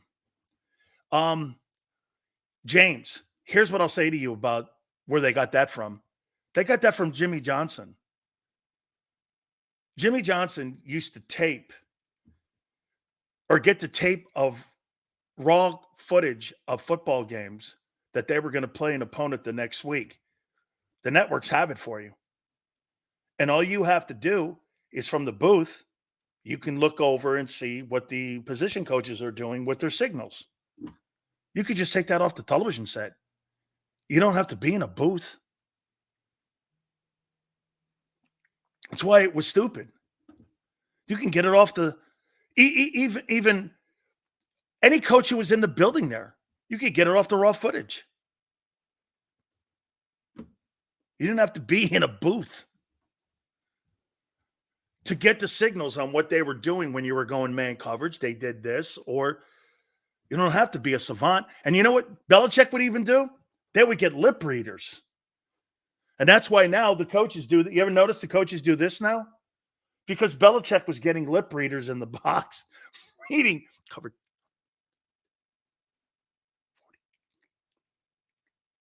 So that's why they go like this now. I call that gamesmanship. To me, that's gamesmanship. Last time the Cowboys were relevant, Caitlyn Jenner was a man. We're not going to do that to the end of the show again. Last time the Cowboys were relevant, MySpace was the thing. We said that yesterday. MySpace was like the big deal. There were still like payphones at airports. Yes. Daniel Jones is a bottom 5 quarterback. I don't get it, man. I don't get it. Deflategate is the dumbest conspiracy theory. Hey, James, in my opinion, I never, ever want to ever be in a room or in a conversation when I'm talking about PSI and balls. I don't ever want to talk about balls PSI again. It was 3 years of the dumbest shit I've ever gone through. Hey, so his balls were underweight. I found myself saying that on the radio. And I'm going like, I have to stop this. I want to stop this. Please, God, stop this. Just stop it. I don't want to talk about PSI and balls anymore. Guys, please hit the like button. Appreciate it. I don't want to go down that route again. Brady had his balls deflated by the Eagle. There you go. That's a good one. Hey, or better yet, one of my favorite lines in that roast of Tom Brady. By the way, I got a bitch on Brady about that. Is the fact that Eli Manning said, I was going to show up to the roast, but I don't want to roast him for a third time. Classic and great. But, so Brady comes out and he goes like this. I really had a problem with the jokes a little bit at the end. They affected my kids. Dude, you are the executive producer of the entire roast. Did you not know what they were going to say? You know what executive producer means? You have kind of an outline of what's going to go on at this 1.5 or 2 hour roast that you put on yourself with your production company. You knew exactly what they were going to say. How can you, after the fact, come out and go, he wants his cake and eat it? This is why I question whether or not he's going to be a good analyst. Because when you say something, you got to live with it. You got to own it. You can't walk back on it. When you say something, hey, have I made mistakes in my 40 years on the air? Yes. Well, when you're on the air that long, you're going to say dumb shit. You're going to say dumb shit. You're going to say things that people are not going to take and understand. Like that ESP guy writing that column on Deshaun Jackson. An editor had to okay that. He had to research it. Me, I said something dumb. Cost the guy his job. Calling him a gangster. And get this, and I've said this, and I'll continue to say this. So that Eagle organization calls my bosses and gets in my people's asses about me and shit I say. You got a guy rolling around in your locker room that wrote that about one of your superstar legendary players. Don't ever call my bosses again because I don't give a shit. Don't ever do that again. You got a guy rolling in that locker room. I can't believe the players allow it. Okay.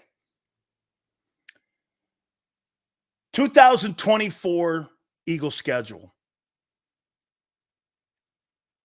is going to be important to this man. Eagles, Packers. Eagles, Falcons. Eagles, Saints. Then the Eagles, Bucks. That's your September. You have a Friday game. You have a Monday night game. First 2 weeks. Will the first month of the Eagle season dictate the fate of head coach Nick Serianni?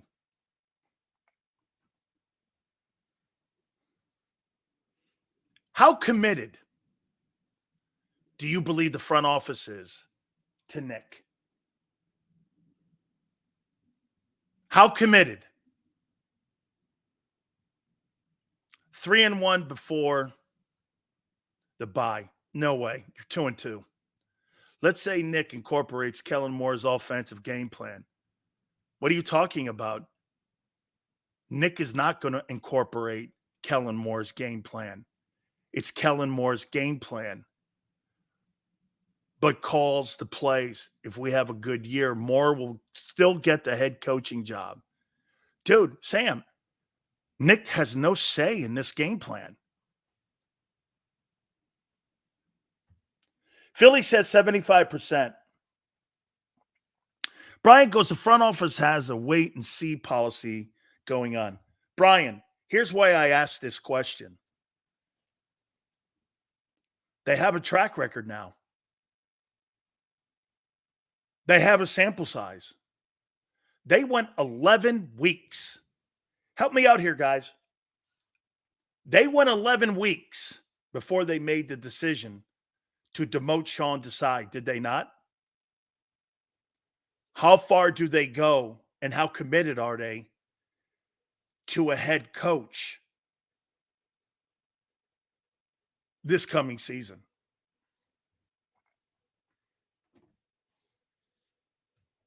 They fired a coordinator, and you were 10-1. Or 10-2. You were 10-2 and you fired him. How committed?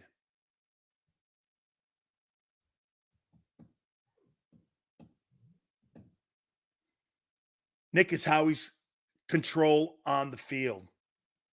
If they go 1-3, Howie goes back to the broom closet. JM, it's really a great take. And if I may, JM, may I kind of reword it a little bit here? Because Nick Serianni's still the head coach, it empowers Howie to have more control over the game plan and player personnel decisions, and also who plays and who doesn't, and the things that Doug fought when it came to being handed the roster on Thursdays. That's what Frank Reich told me. Peterson was handed who was playing, and who wasn't playing on Thursdays. And Doug had a cow with that. That was one of the major issues between assistant coaches and player availability. Look at that game that Howie threw at the end of the season in 2020, the final game of the year. He rigged the game. Honestly, if you could ever have a football game that was ever rigged and ever thrown, and you were a sports bettor and you watched what Roseman did in that game, I would have bet every single thing against the Eagles in that game. And Howie would have rigged that game. People would have made millions. Nate Sudfeld, even over Jalen Hurts. I mean, that guy rigged that game. He has got a history of doing this. He's got a history of controlling the roster. He controlled get this. Dude, you knew Doug was fired after that. Well, who were they playing in that final game of the year? Was it Washington? Were they playing the Washington team that year in 2020 at the end when Sudfeld started and Howie rigged the roster? Bill is unemployed for a reason. Trash overrated. Bill's doesn't have to take a job. Dick Train, he doesn't have to take a job. So you get this. So you think Dick Train thinks hiring Raheem Morris is a better hire than Belichick. How funny is that? You need to go sit in your corner, dude. Put that aluminum foil hat on. Raheem Morris over a 9-time Super Bowl champion coach. Go sit in the corner, kid. You don't know what you're talking about. Raheem doesn't even have a winning record as a coach. Give me a break, guy. I think the locker room revolted after they fired Desai and made Patricia DC. Slay conveniently gets hurt and has to have surgery. I questioned that immediately, Sam. I questioned that immediately. If the Eagles collapse this year, trust me, Bill is coming. You know what, Rolando? I thought that would be one of the most incredibly asinine takes of all time. But I think you could be right because you're going to need somebody because if they collapse, that means Vic couldn't fix the defense. I didn't realize Howie had a great relationship with Bill Belichick. I didn't realize that. And who would have thought they would have called and had a conversation about becoming the head coach of the Eagles in February? If Nick's so safe, why were they calling Belichick? A see how you doing call? Hey, how you doing? Hey, you know what they don't want to do? They don't want to give complete control over, because what's the most important thing to Jeffrey Lurie and Howie? It's not championships. It's control. It's control. That's why Atlanta didn't want to hire Bill. Bill wanted complete control of the personnel department. Do you not understand what's going on in New England and what's going on in Philly is now a trend in the league? Guys, do me one more. Hey, Mark, do me a favor. What's the name of the guy? And we've been sporadically bringing this up.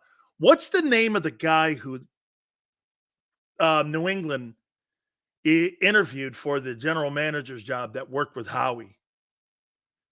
What's the guy's name? Watson? What was that dude's name? That worked. Nobody would ever say that the Eagles are great defensively when it comes to drafting personnel, because they're not. Who is that guy that they were interviewing that was part of Howie's Elliot Wolf? No, Elliot Wolf is already there. As long as he carries Howie's desires. To paraphrase Kevin Hart and Rock, Jake and Brady roast, Nick's 5 LBs heavier when Howie's finished. Is it Jake Rosenberg? Is that the guy? I thought that was, no, I thought Hunt. That's it, Mark. It's Hunt. It's that guy, Hunt. Jake Rosenberg had resigned a couple months earlier. It's that kid, Hunt. Brian Hunt. Is that it? Brandon Hunt. Thank you. Why would they want that? Remember what people were saying who made the final call on all draft picks in New England this past draft? Ownership did. Bob Kraft wants to have his team back again. Doesn't want to surrender it to Bill. And who better to get a guy who understands that than a person that worked in the analytics department for the Eagles for all those years? It doesn't matter if you don't know what you're doing, as long as you're listening to ownership. That's what they want in New England now. They want control of their team. They're not going to give control to a coach anymore. See, Belichick and Vrabel and guys like Carroll, they want control of the roster, staff, personnel. People like Jim Harbaugh getting that. That's why when Jim Harbaugh got the Los Angeles Chargers job, what makes that so incredibly different and a course change in today's NFL, when you fire Tom Telesco is now the general manager of the Raiders. He's been on this network, actually. When you gave complete autonomy to Jim Harbaugh, that was the only way you were going to get him. The $17 million and complete control. That is his ship. Nobody makes a decision. He's a modern-day Bill Belichick. He has complete say in personnel. He has complete say in hiring of coaches. He has complete say in offensive game planning. He has complete say in defensive game planning. There's nothing with the Chargers that the Spanos family hasn't given him. And it's out of the trend of what you're seeing in today's NFL. There's a reason when you look at the Philadelphia Eagle website, and we brought this up the other day, everybody in Howie's office is there 20 plus years. What's the longest tenured coach right now in Philly? Jeff Stoutland? The rest of them are 2 years, 3 years, 1 year. They interchange those guys like spark plugs. Has to be one of the least desired jobs because you're either going to get a head coaching job or fired.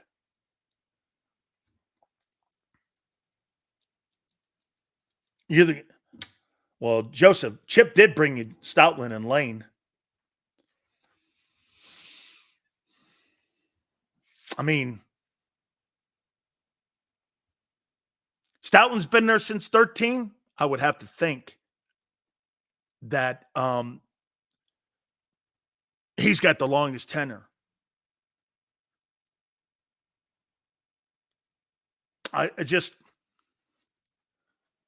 Nick couldn't even make a game plan to stop a blitz.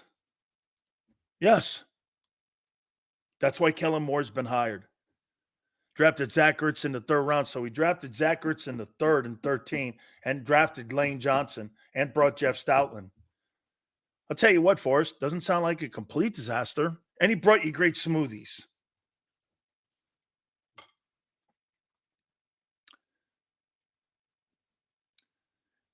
It's Jalen's job on the field to recognize the blitzes and set protections. Kelsey was tasked with the identifying interior pressure. Jalen, he's responsible for outside pressure and protection.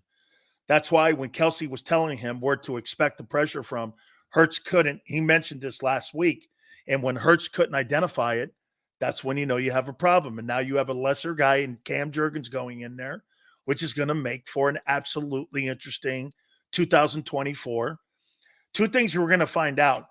If Cam can pick up the blitzes and help Hurts and the tush push. You hear what Brian Baldinger said on the program how many people think the tush push is going away?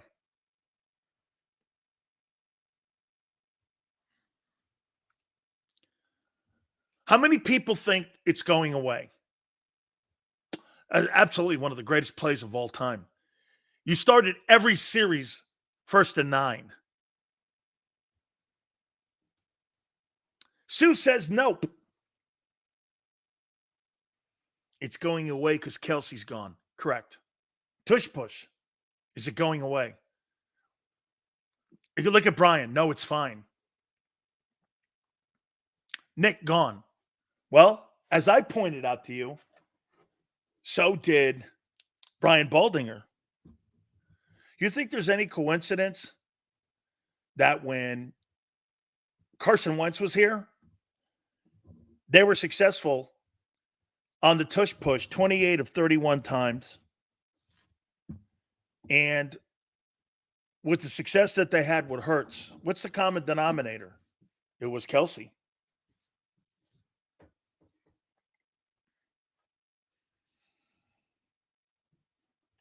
They were successful because of Kelsey, not because of Wentz or Hurts. They were successful because of the center.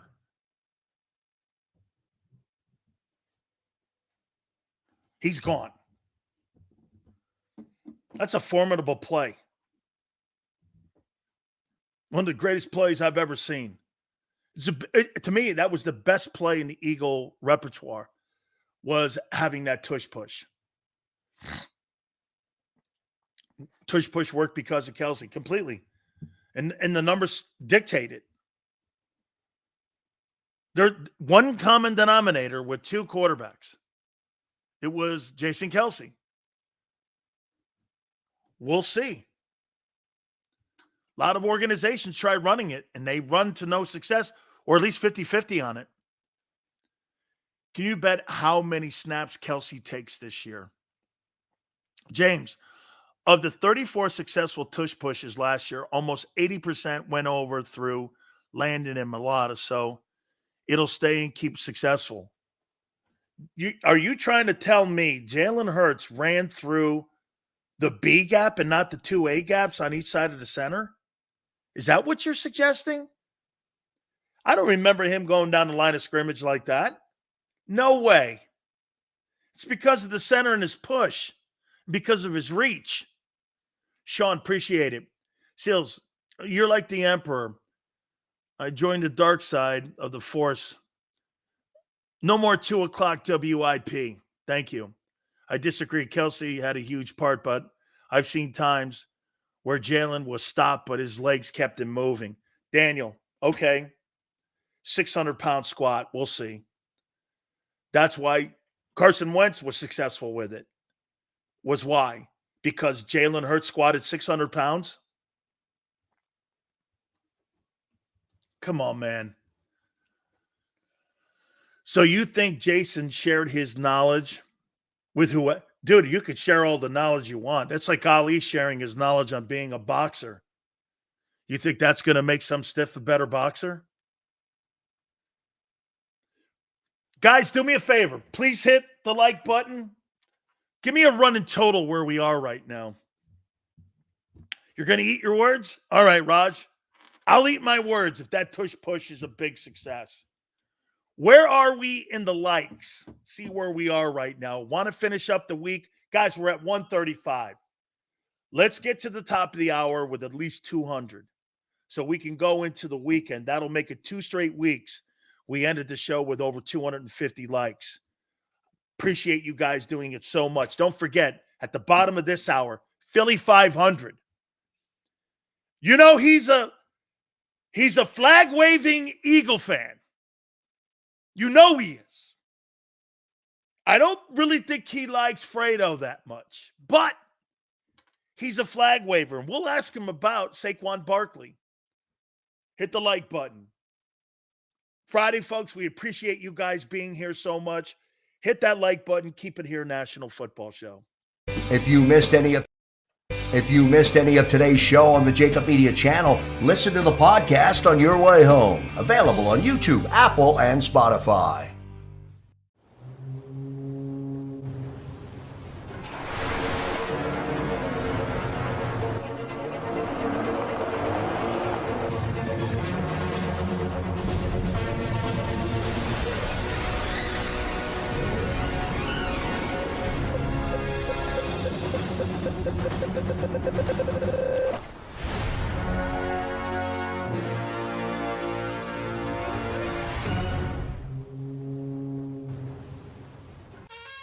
Is the best vacation one that you find or one you get lost in?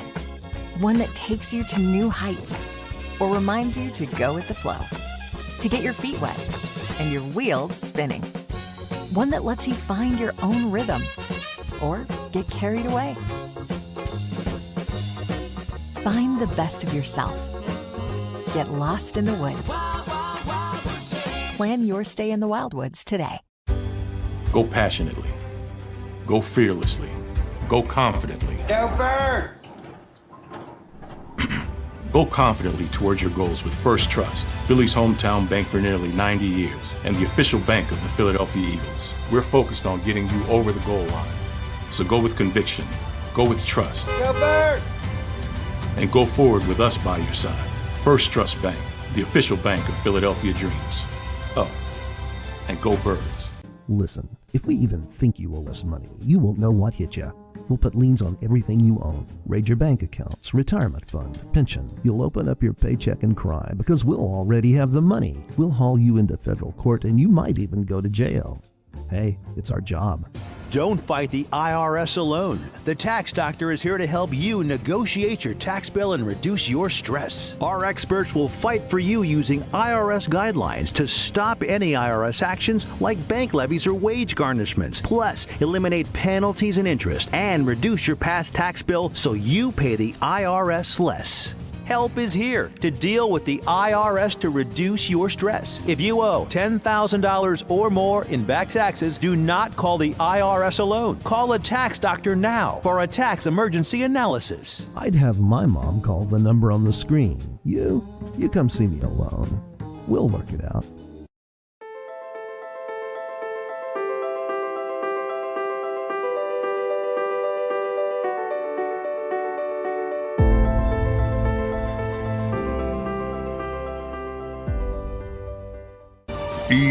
EAGLES, Eagles.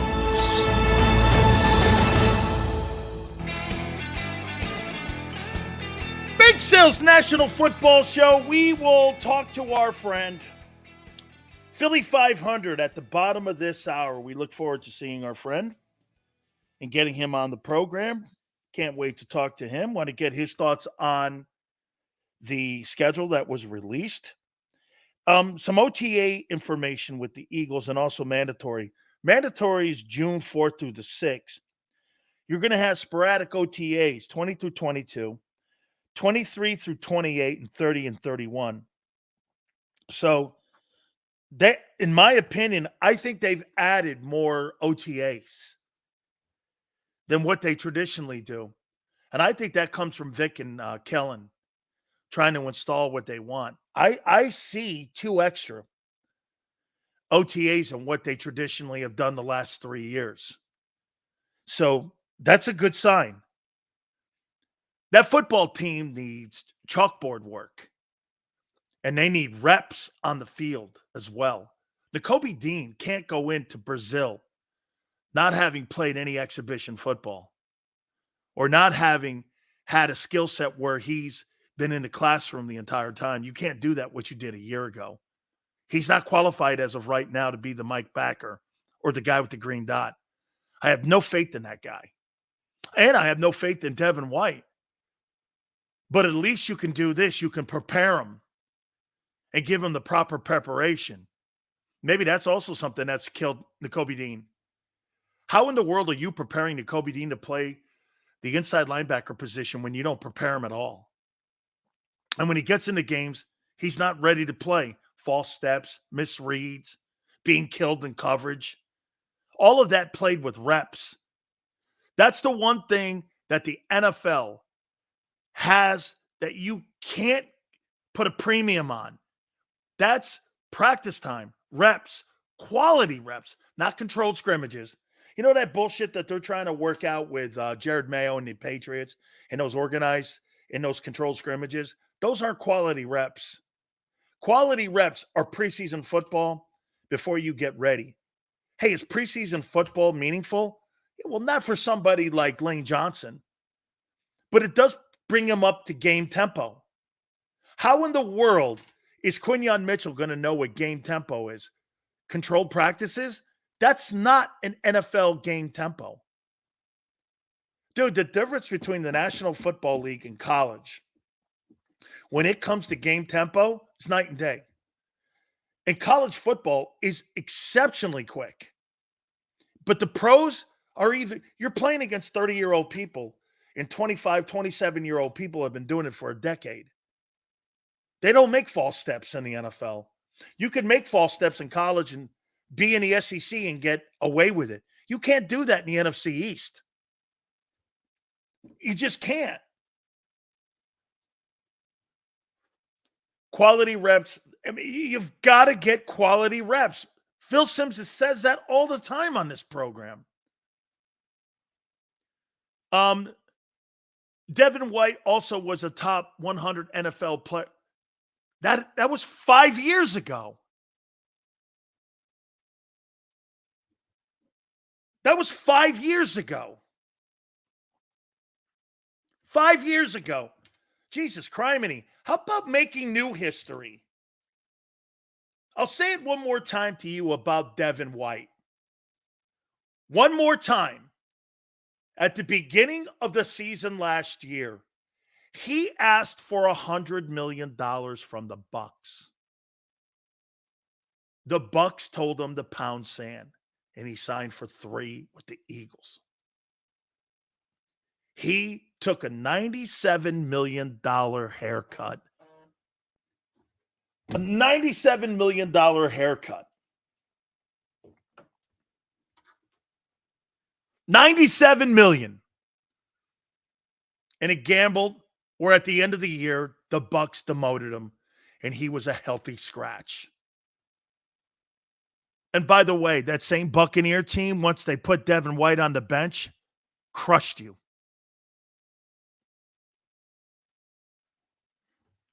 Don't get crazy here.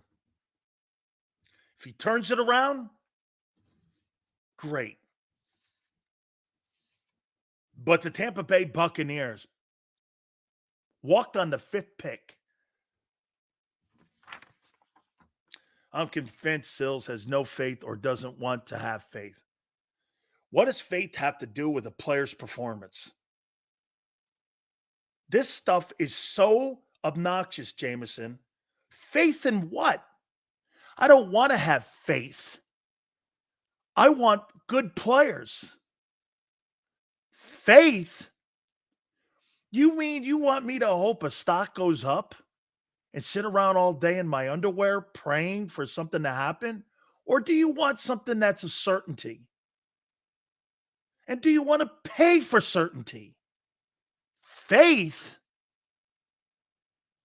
You're going to have faith that Bryce Huff can replace Hassan Reddick. You're going to have faith that Devin White is going to turn his career around. You're going to have faith in the rookies. Sounds to me like you have no certainty in anything.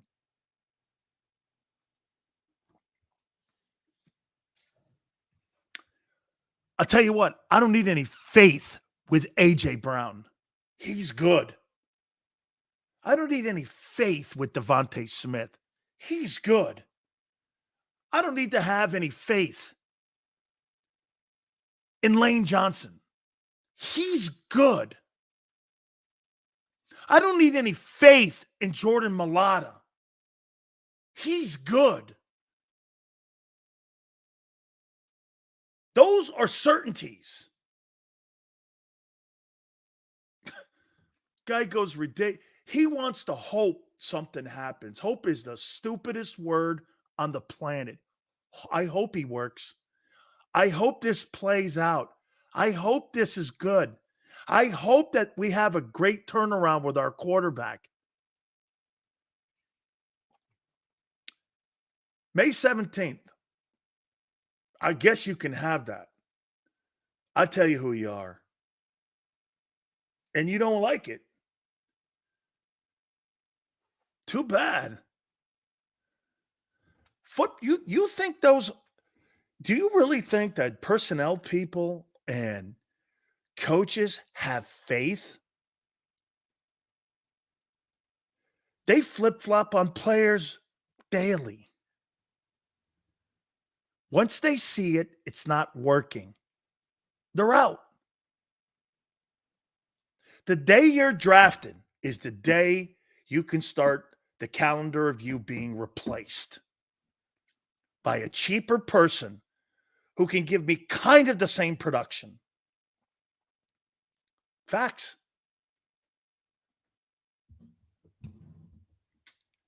Fly goes, I have faith in Nakobe Dean. Why? Help me out, Faith. Hey, Fly, help me out why you have faith. Help me out. What's the one thing that you, and I'll go with you. What's the one thing you have with Nakobe Dean that you have faith? And I'll go, man, you know what? I hadn't thought of that. Okay. Thank you, Fly. Hey, Niner. Dean will prove Sills wrong. I have faith in Nolan Smith. I forgot about that guy. He played in the SEC. I was kind of hoping it had something to do with the NFL instead of his college. Now you're starting to talk to me like 2022. Boy, I can't believe it. I'm getting a good lesson here. I hope you guys have the same faith in your God that you have in Nakobe.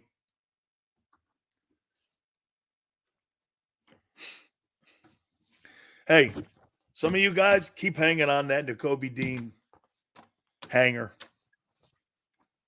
I don't see it.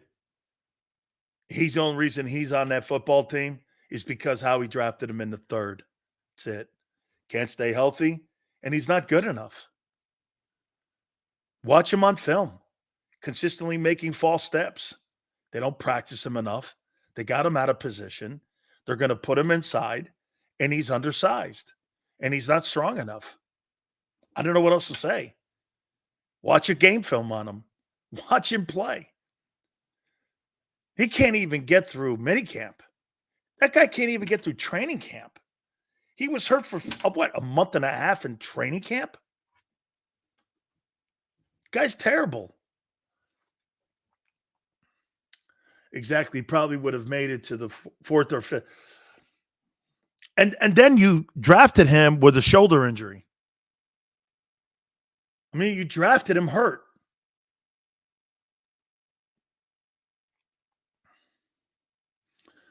I mean, okay, you drafted him hurt. What I don't get is, why do you have a problem with me talking about, here's who, like I said, here's who Jalen is. 3 years have been three different guys. He said 3 different coordinators or 4 different coordinators. He's been up and down in all 3. 1 year he was great. Last year he was common. The first year was a first-year starter. Okay, no problem. Who is he? Is he 22 or is he 23? Here's Jordan Mailata. Guy's getting better and better every year. I'll go down the list. I'll go down the list right now. I just told you who Jalen was. Jordan Mailata getting better and better every year. I think this guy's going to have a breakout year where he's going to be considered one of the top 3 left tackles in pro football. Best athlete on your team. Guy didn't even know how to play football 6 years ago. Absolutely insane talent. Needs to work on his second move. Gets beat a little bit sometimes inside, but he's on an island on the left side there, protecting the flank. I think he's a spectacular player. Landon, boy, I tell you, gets nicked up a bit. Great inside traffic guy. Does a spectacular job. You see, the more traffic you have is inside. You got guards and centers and D tackles and noses and linebackers. He does a great job picking his feet up. Just absolutely great. A wonderful, wonderful, absolute left guard. And that's why he's the highest paid left guard in pro football. I think Cam will be okay because you have Stoutland and you're going to have Kelsey in the building helping him. I think he's going to be, without a doubt, a good player. Again, no, he's not going to be Jason Kelsey. How much? That's what you have to worry about. what's going to be the difference in talent and skill level between Cam and Kelsey? How far of a fall is that going to be? A lot? A little? You're hoping not a lot. If Dean lasts the whole 2024 season, Dan, you got to wear his jersey every day. Sure. You know what, though? One thing I'll have to do, I'll have to get an exercise, because one thing I know, that when you get the Kobe Dean's jersey, you're going to not you can't shop at the little kitty section. You're going to have to actually get a big guy shirt, or you're going to have to get a man's shirt, not a little kid shirt. So we're going to have to make sure we get, something that fits, because, his stuff fits on 13-year-olds. We're good if the defense isn't ranked 31 again. Right. So do me if the Kobe lasts past 2 games, or he's not on IR, do me a favor. Make sure you get me a jersey that's a man's jersey and not a little kid's jersey. I mean, the Kobe Dean wears a jersey that would fit a 5-year-old.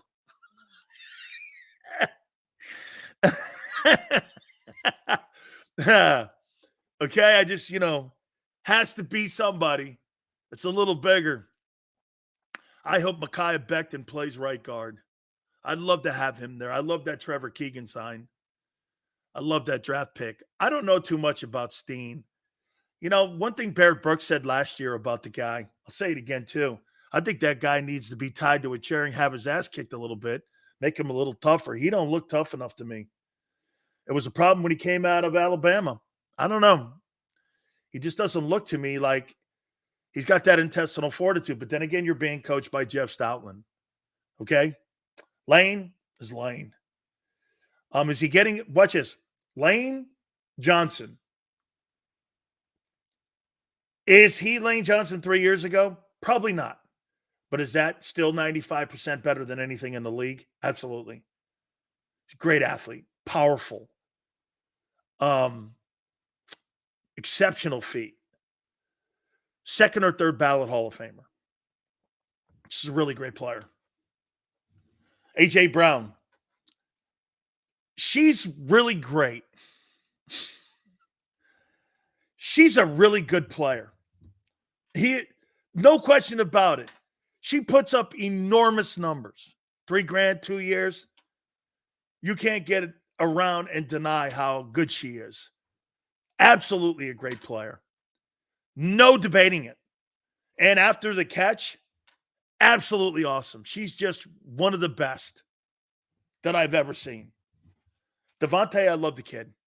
Consummate pro. I couldn't have been more wrong about a guy holding up. I thought he'd have health issues, but he's a consummate professional. Just really great. Huge fan. Love the fact that that guy is just exceptional. Love what they do. And love how he plays too. So just absolutely sensational, man.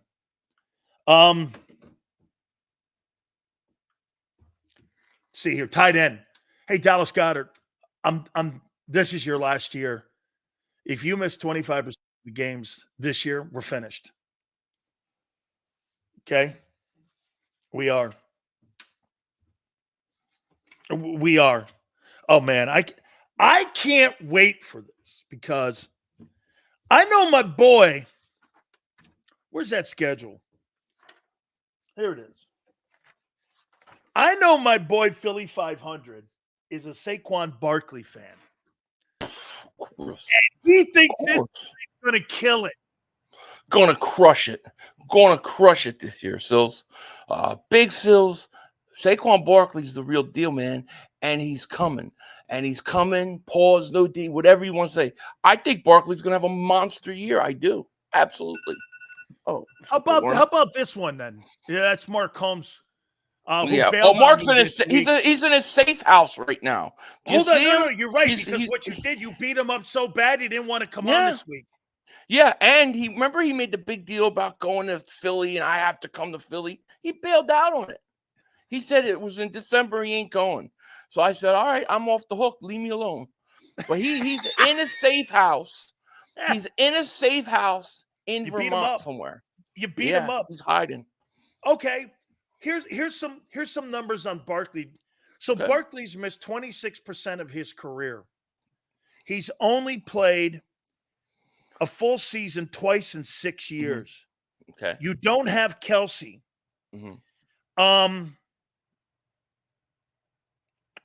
Has he ever trying really hard here?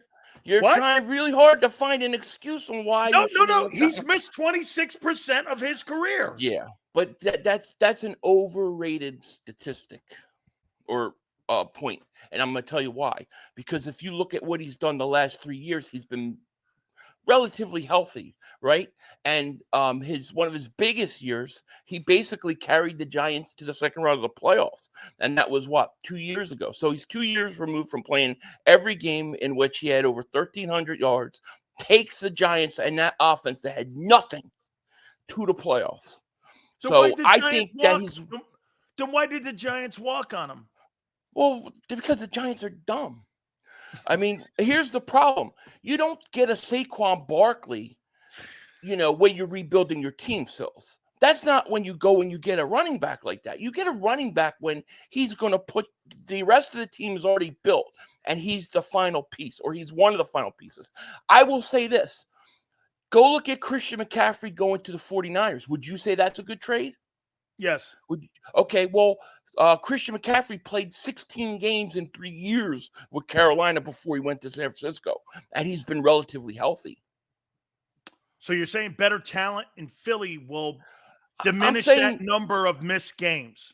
Well, I'm also saying that sometimes injuries happen, and sometimes you go through it early in your career. That doesn't mean late in your career. I've gotten 3 years where he's been relatively healthy and on the field. So I feel confident. Whereas you look at a guy like Christian McCaffrey, the Eagles wanted him too. And he had only played 16 games, I think, in 3 years with Carolina before getting traded. So I'm saying it's not the end-all, be-all that he was injured earlier in his career. I would be much more worried if it was the last 2. And to your point, 4 of those 6, he did go over a C note. He did go over $1,000. So, right. I mean, 4 of the 6 here. All right. The schedule. What was your takeaway of it? Yeah, I mean, it's guessing the schedule is like this time of year is I just look at it as more of a fun exercise to do. It's really hard because how many times do we say this is a tough game, then you get to the season and it's not. I like it for the most part. I'll tell you, I'm going to be straight up with you. I'm just glad there's no Christmas Eve or Christmas games or anything like that, so I can just enjoy my holiday. I hate the first week of the season. I hate that game, and I don't care for the bye week. But other than that, I think it's a pretty manageable schedule for the Eagles. I hate the bye too. I'd like to have seen that bye more around 8 and 10. But here's something that becomes significant when you look at the first 13 weeks of the season. 1, 2, 3, only 4 times in those 13 games are they home. So the majority of the games are going to be on the road, and you're going to hope the depth of your football team, because as you know, when you're going to win a championship, and what made 22 so good was the fact that they were able to withstand the war of attrition. And one of the craziest stats I ever saw in my life, week 1 versus the Super Bowl, all 22 of the starters that were in week 1 started that Super Bowl. So when you look at where they are right now, 500, I mean, again, there's going to be a lot of traveling in those first 13 weeks. Yeah, a lot of traveling. I'm sorry, I got distracted with this stupid chat. I see this saying I have a big neck or some shit like that. Who cares? Give me another hot dog. Give me another hamburger. Since when do we have fashion consultants? And they're worried about my chin. You should see the 3 in the back of my head. You think I care? Hey, dude, I do dig the hat though, man. I love the lid. Yeah. Let me get this. If this is a little bit too much for some of you light pansy asses, and you got the 2 big fellas in the room, this may not be somebody. You need to go to that seance they put on at IP in the afternoon over there, with those two lightweights. Don't That's you? right. You're hanging with the big boys Go, now. go Starbucks. Have your little soy latte. Go ahead. Get the hell. Soy No, latte. I mean, listen. The Eagles, they travel on the road early, right? 3 out of the first 4 weeks, and then they get a bye week. I think the teams are playing. I think they can win all those games. I'll be honest with you. Except for the Green Bay game is a game that really, really scares me. I just don't like that. That's a really good team who I think arguably has had one of the best off seasons in the league, and you're not having the advantage of playing them at home. So I don't like that one. That's what I don't like. I like the addition of Xavier McKinney and also with Josh Jacobs going up there to Green Bay. I think that's going to help that football team a lot. I agree with you. I think we stole DeJean from them, which was kind of cool, but then they wind up getting what's his phrase, Cooper, right? So I mean, I think they're a good team. I think they're one of the top 4 teams in the conference. So I think that's a really interesting game, because if you come away with that game, I think every other game up to week 5 is, I think they can win. Even the Buccaneers game still. Even the Bucs. Oh no, I got you at 9-8 in this thing here. 9-8. 9-8. 9-8. 9-8. No, hey, man, that's about 7 games off. wait. What do you think they're going 16-1? No, I think between 12 and 14 wins. Wait a minute. Where in the world have you upgraded on defense? Oh, what are you talking about? I now have a legit safety turnover playmaker in C.J. Gardner-Johnson. C.J. Gardner-Johnson. That's They're an talking upgrade. about putting Cooper DeJean or the white fella from Iowa in there. That's what they're talking you put about. him in there. Next to the other white, in front of the other white guy. You put him in front of Reed. You keep C.J. Gardner-Johnson on the field. He's an upgrade, so I've upgraded that position, and that's a dramatic position to upgrade. That was a humongous loss, losing him. The linebacking position, just by getting Devin White, is an upgrade. Oh, my God. So the Buccaneers trash is an upgrade. Listen, do you know how bad those linebackers were? There are legitimately high school teams here who were better at linebacker than us last year. So even if he struggled or he isn't what he was, if he's 80% of what he was, 70%, he's a significant upgrade over last year, just by default. Shut up, Twig. Is he not? The only position that I worry was better. He was. He got cut. He got cut during the end of preseason. They brought him back. Listen, Devin White has shown me in the past he can play in this league. I have to believe that. So I don't think it's such a low risk, high reward move. But he's better than any linebacker we had last year. Better than any. 500. Make him wear a brown jersey. He won't bet me. A brown jersey? Hang on here, man. Relax. So wait a minute. What about Nakobe Dean? Are you sold on him? No, I'm not. I'm he's not a sold on starter. Nakobe. Well, for the time being. Well, listen, I hope that week 1 he goes in there and he shows he can play and he actually stays healthy. I'd like him to stay healthy. But I tell you what, I'm a big Jeremiah Trotter Jr. guy. I think by end of the year he's coming in and he's going to play and he's going to play well. That guy's as fast as you. He runs a 5 flat. I'm not worried about what he ran, what 40 he ran. I don't care about that. When he plays and they snap the ball, how's he going to be? I think that linebacker is always an issue with the Eagles, right? It always is. But if you're talking about just an upgrade to this position, you can't tell me Devin White isn't better than anything they had last year. He just is. All right, let's go here to Wishbone Hurts.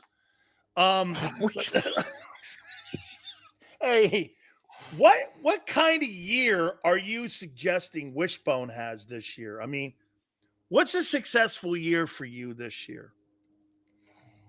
I don't know. I think I always think of it more in teams terms. So I always think if they get to this point, they get to that point. I think Hurts.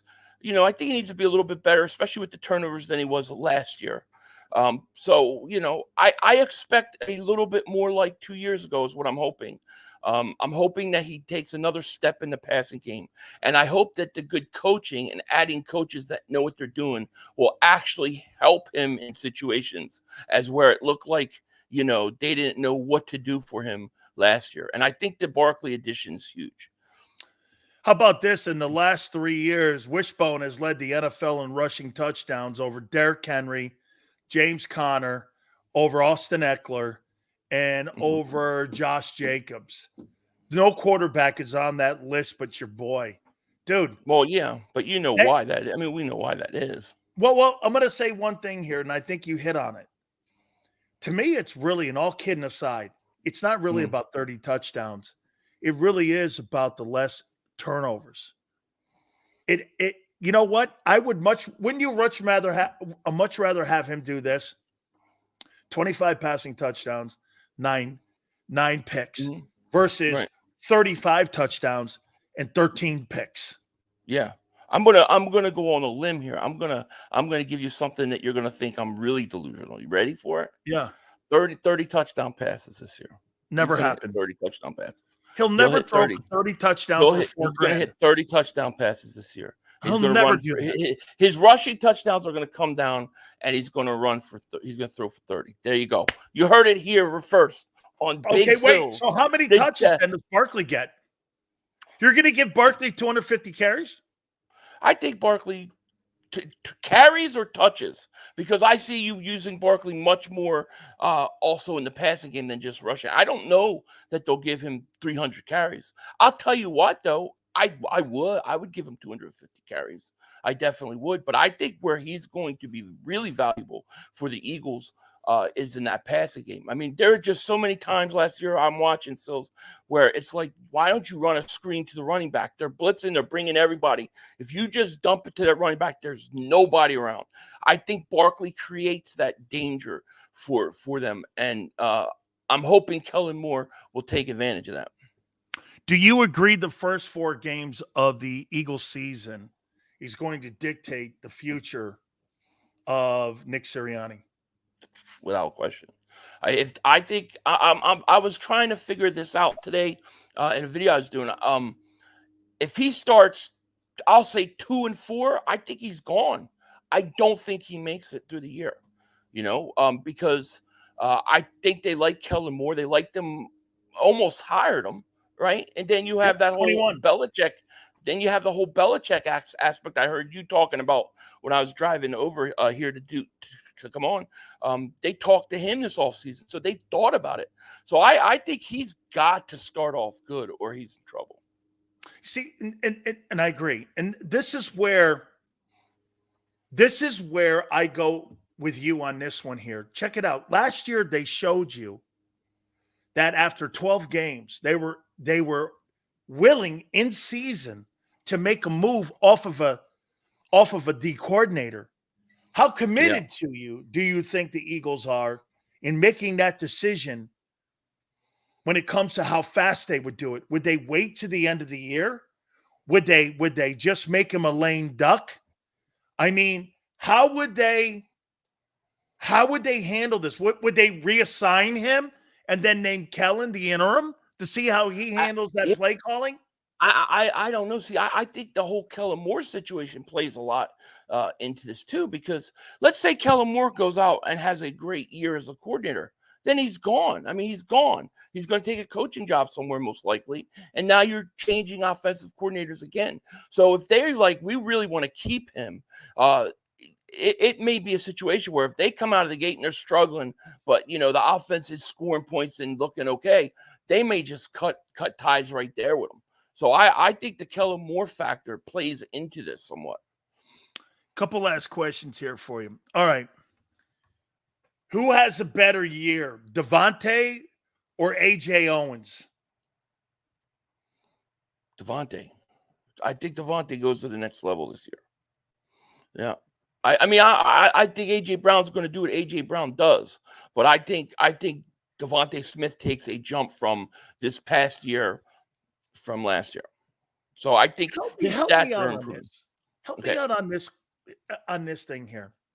So you obviously think Jalen Hurts is a better quarterback than Carson Wentz was. He's a better winner than Carson Wentz was. Yes. What are we talking about? Are we talking That's about good. quarterbacks in general? Really? Okay. No. Who was the better skilled quarterback, Wentz or Hurts? When it came to like just pure quarterback throwing the ball, it was Wentz. He had a much bigger arm and he was big. I mean, he was the 3rd pick overall for a reason. However, that's not all what it takes to be a quarterback.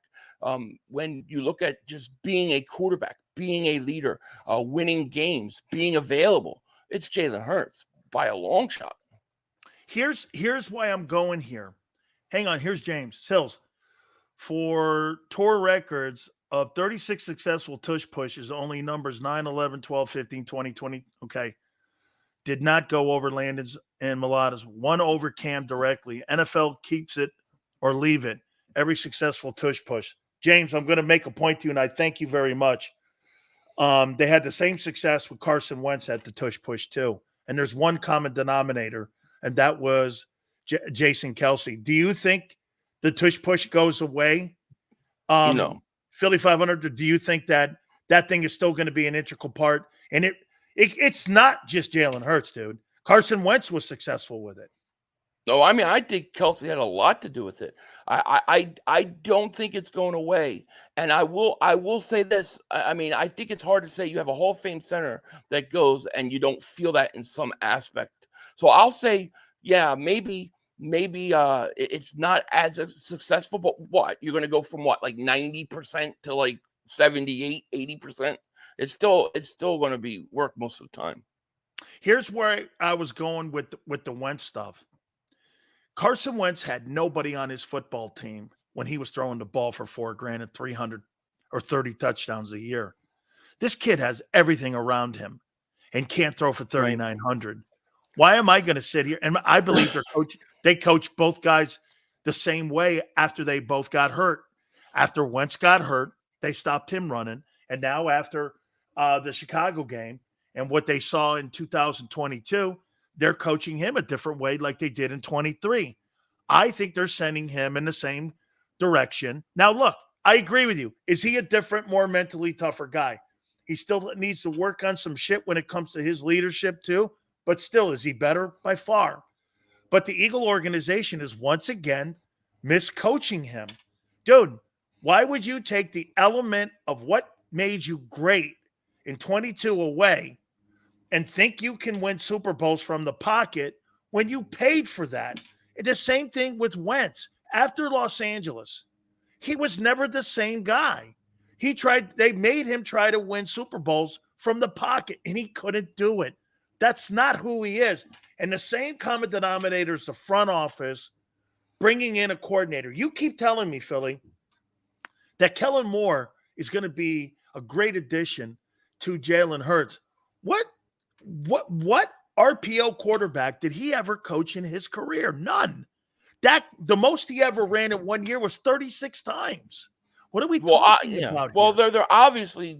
I think they're going to continue to go away from it because the way they look at it is they paid him a lot of money. They don't want him to get hurt, and that's just the way it's going to be. So he's going to have to develop, into a better passer. That's something he's got to do.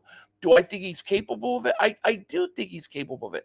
I do think he can be better. I think that last year was just it's so hard.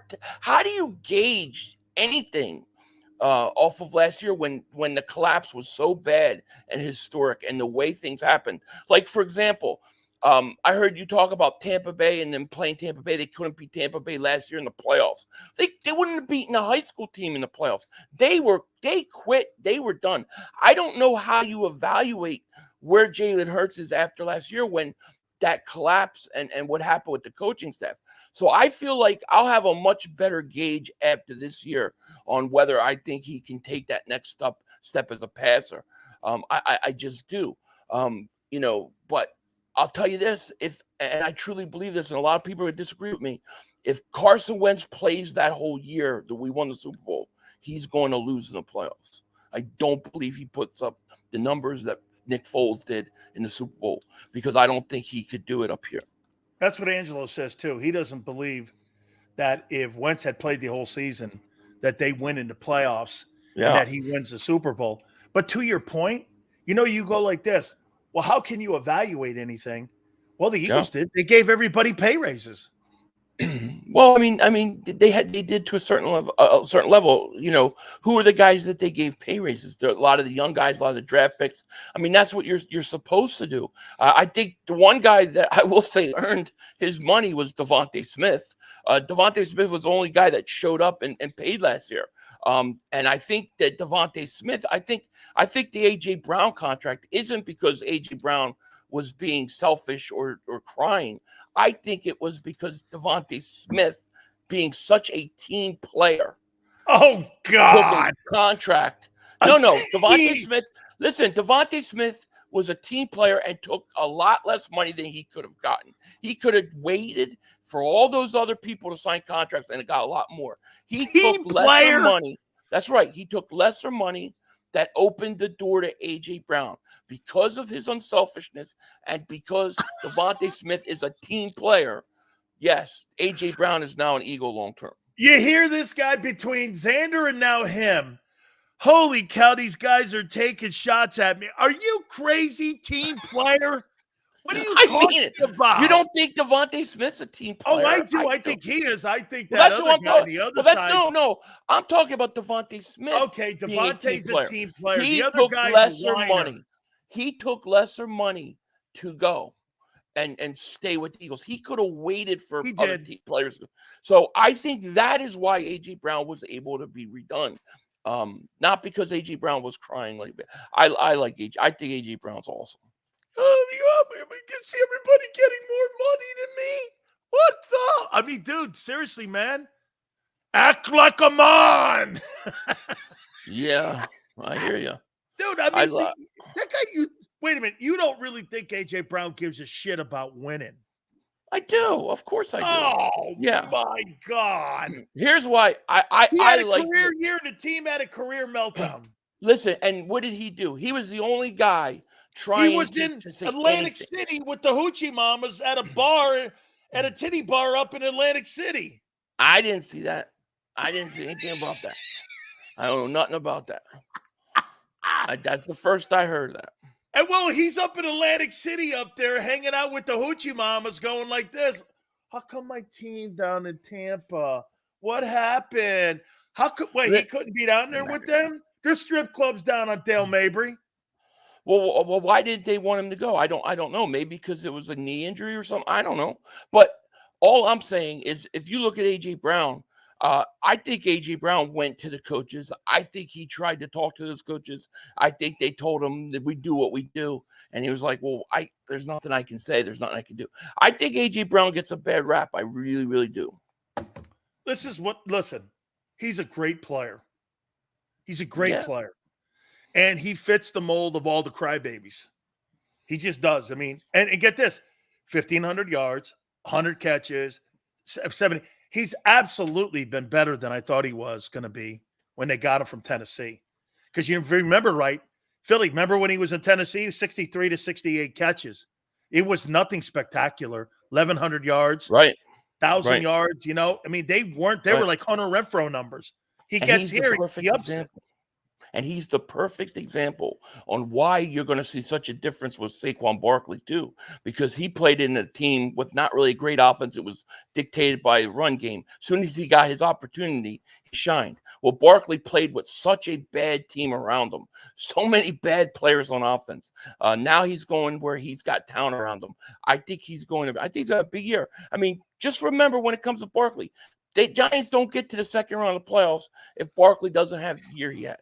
That was Diane Jones. Come on, man. Oh, come on. Yeah, right. I mean, come on. That's a whole nother thing. No, I can't. Jones. One last thing here. Let's do Gooby here. Xander, put Gooby up here. A.J. Brown is the reason why Jalen became so good. Look at Jalen's stats before and after A.J. Fans don't like the fact, Sills, without AJ, Jalen's average. Yeah, He's okay. wishbone Hurts. So who throws the ball to AJ Brown? He can't get over $4,000. Come on. What did he have last year? What did he have? 38.90 or something. So you think that he can't throw an extra 120 yards? No. It's impossible. He's hit 120 yards more. He can. That's one. You get like 3 penalties less. He's got it.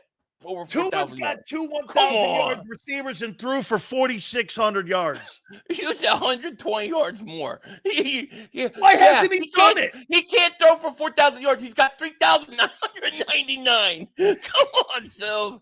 Wishbone Hurts. Nah, Hurts going to throw for over 4,000. Wildcat quarterback. He's a wildcat. Nah, Dude, I think you're wrong. How can you keep hanging on a guy who's only had 1 year? I have a question for you. I got a question for you because I'm wondering this.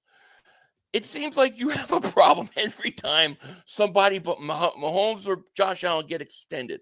So is your theory, is your philosophy with these young quarterbacks that when they're in the rookie contracts, you don't sign them to an extension?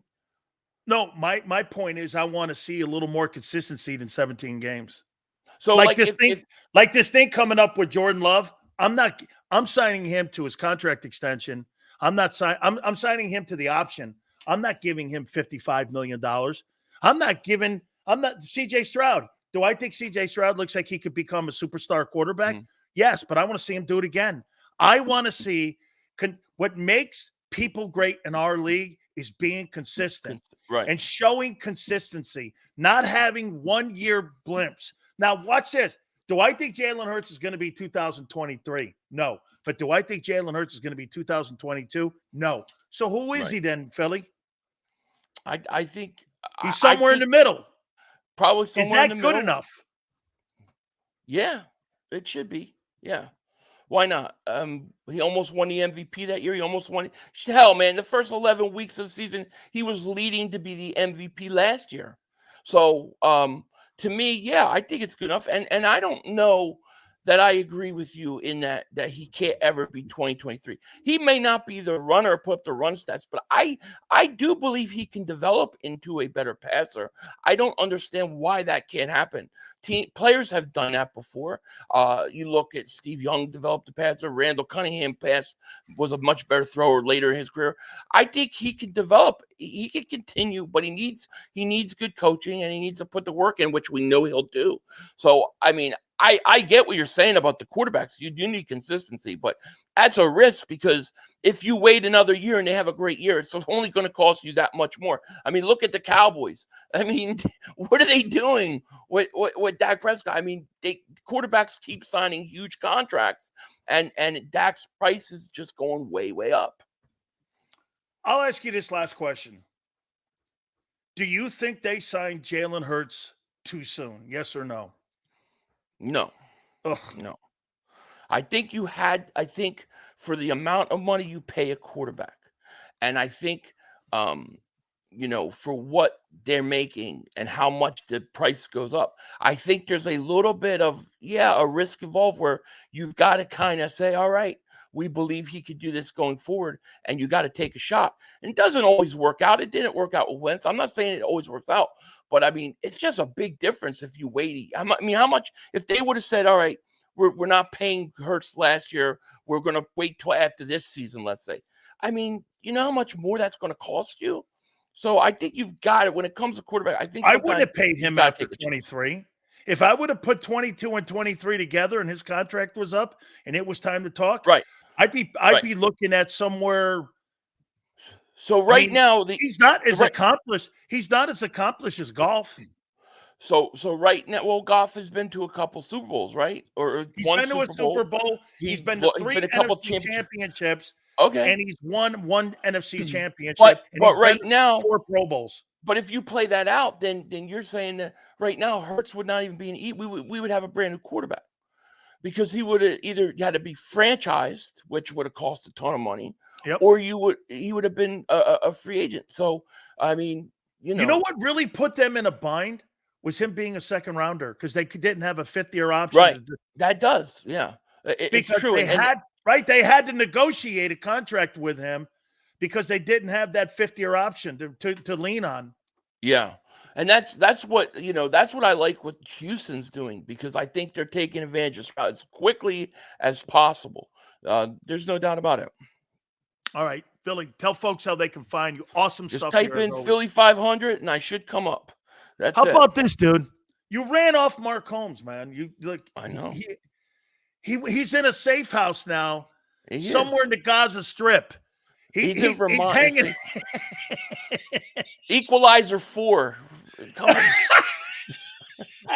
He's at the I'm beach going house. for him. Yeah. He's at the beach house in Equalizer. He said no mas. He don't want nothing. Oh, man. We'll see what happens next week, man. Philly, thank you so much, All right, my man. friend. Thanks, man. Appreciate it. You are absolutely awesome, man. Fantastic stuff there, man. Last 2 days. Holy shit. Xander, now this guy telling me how Saquon. Oh, Madon, man. Did you hear Philly too? 12, 13, 14, 15 wins. Holy cow. I got 9. Yeah. I got 9, man. All right. Where are we? Hey, we're behind, man. Xander, where are we right now in the likes count? Where are we in this thing here? 164. Holy shit, we're so far behind. The legendary Philly Godfather is going to join us. Guys, let's get to 250, man. I'm drastically behind and we only have an hour left. Let's get to 250. I need your help here. Please hit the like button. Hey, Senor, you ran Mark Holmes out. I don't know if he's going to be a show next Wednesday. I don't know if he shows up. I don't know, man. I think you guys ran. Hey, is this what you did to Josh Innes? Hey, Prince, don't worry about it, sonny boy. Unlike you, one thing this team and this show won't do like your Eagles did last year, we won't take a knee. You see, your team took a knee. This show doesn't take a knee. Let's get to 250, guys. Let's show everyone. Look at Prince. Ain't happening, Sills. Yeah. Just like Kurt's throwing for $4,000. Ain't happening. Come on, Brian. Hit the like button. Keep it here, National Football Show. If you missed any of today's show on the JAKIB Media channel, listen to the podcast on your way home. Available on YouTube, Apple, and Spotify.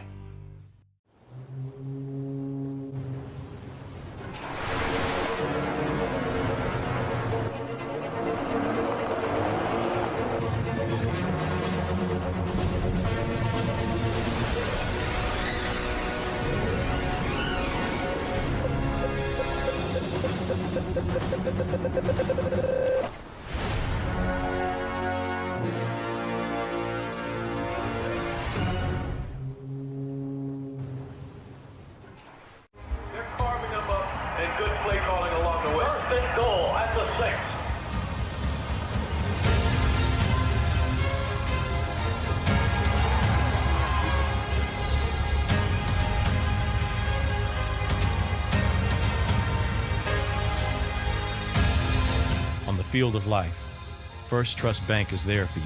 Champions on 3. 1, 2, 3. Because Philadelphia dreams deserve a Philadelphia bank. Heading down the shore. Have a ball once more.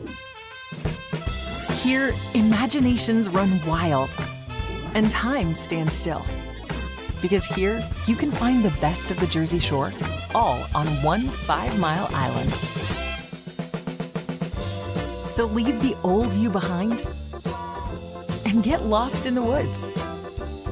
Wild, wild, wildwood day. Plan your stay in the Wildwoods today.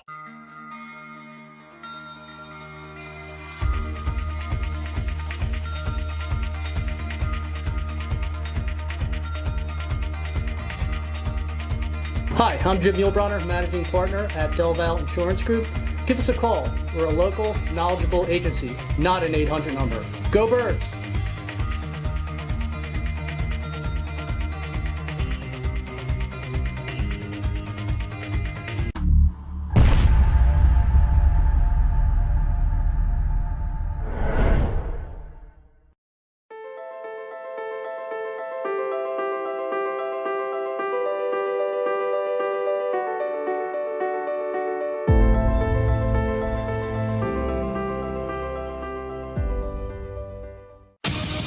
the greatest fans on earth. It's a bold statement, but would you expect anything less from Philadelphia? 58 years of heartache creates a toughness, a grit, a resolve not found in most.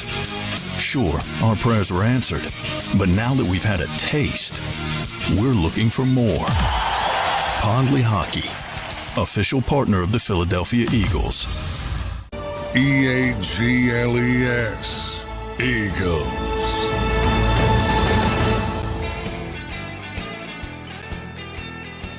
Big Sills, appreciate you coming aboard. Thank you, Philly 500. Please hit the like button, guys. Got to get to 250 likes. Prince says we can't do it. I never surrender.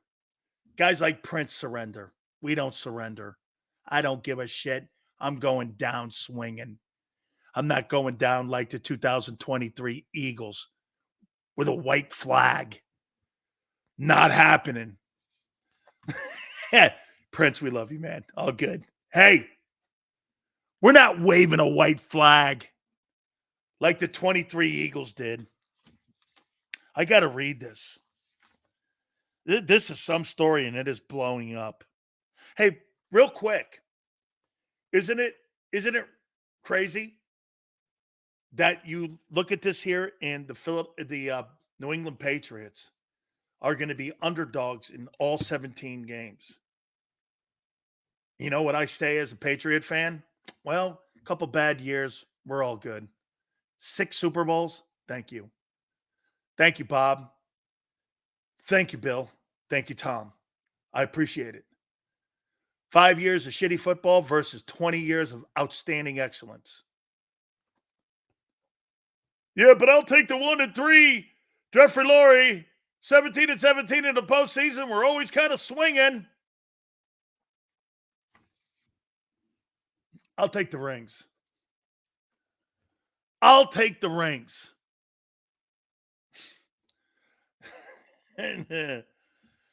Okay? I'll take the rings. If I was a Patriot fan, I would say, hey, Kraft, lower the ticket prices. That might help. Sills, eventually we have to rebuild. No, they will, Kyle. You know why? Bob Kraft has always had a great team. Even when Parcells was running it. It's all good. I mean, would you rather have 30 years of being average? Or would you rather have greatness for 20?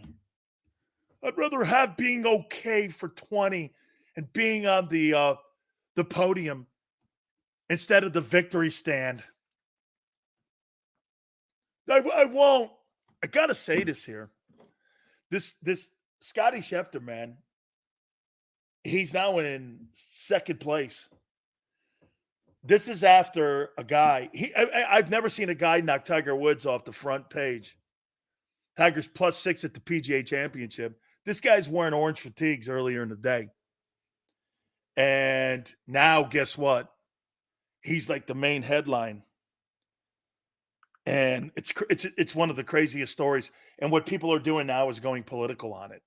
And you know what? I'm not going to go down that Jason Whitlock line because I think that's just one of those kind of lines that just trying to kick up shit. I was going to say it, but I'm not going to now. I don't care. You know, it is pretty remarkable, though. He gets cuffed and arrested. And by all accounts, the police report is saying he pushed around the cop and the cop went to the hospital. And people are on my Twitter going, no, that's not the police report. The police report says he beat up a cop. And Acho put that out there, that he beat the cop up. And the cop sustained injuries and went to the hospital. And you're like, he made his tea time? Okay. He made his tea time. All right. I'm sure you're catching. Philly!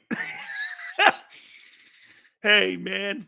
Holy cow. He's white. He'll be all right. Taylor, probably so. Probably so. Don't forget, the legendary Philly Godfather is going to join us, and we'll get his takes. You know, what did you guys make of what Philly was saying about Saquon Barkley? Guys, this morning on Birds 365, if you missed it, make sure you go back and watch it. By the way, please hit the like button.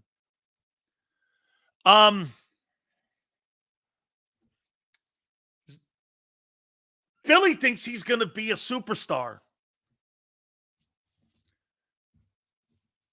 Do me a favor.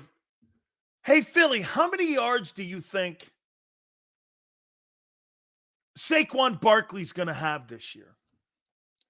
Saquon Barkley's not a superstar. He's not a superstar. He's never lived up to the second draft pick. He's not a superstar. That is not a superstar. He's not.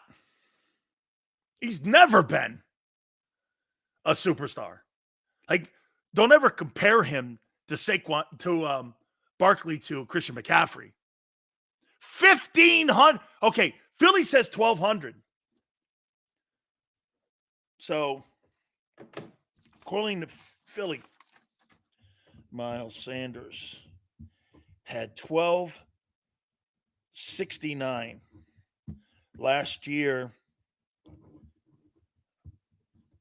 Swift had almost 1,100. So that's 23. So over two, it's 1,200 yards. So according to Philly 500, Barkley's going to have the same yards that Miles Sanders and DeAndre Swift had the last 2 years, 1,200. Where's the upgrade?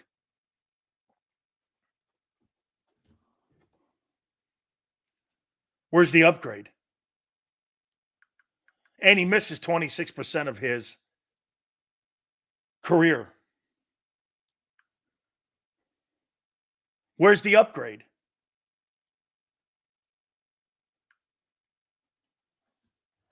It's not an upgrade.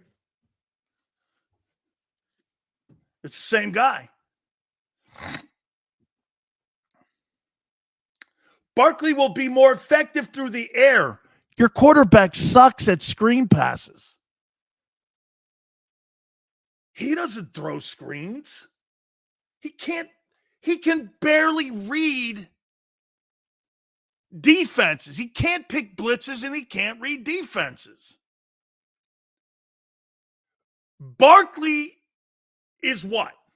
Going to do what? Dimes Jones has a better chance of finding him. That's because that's why Swift just got $8 million because he sucked.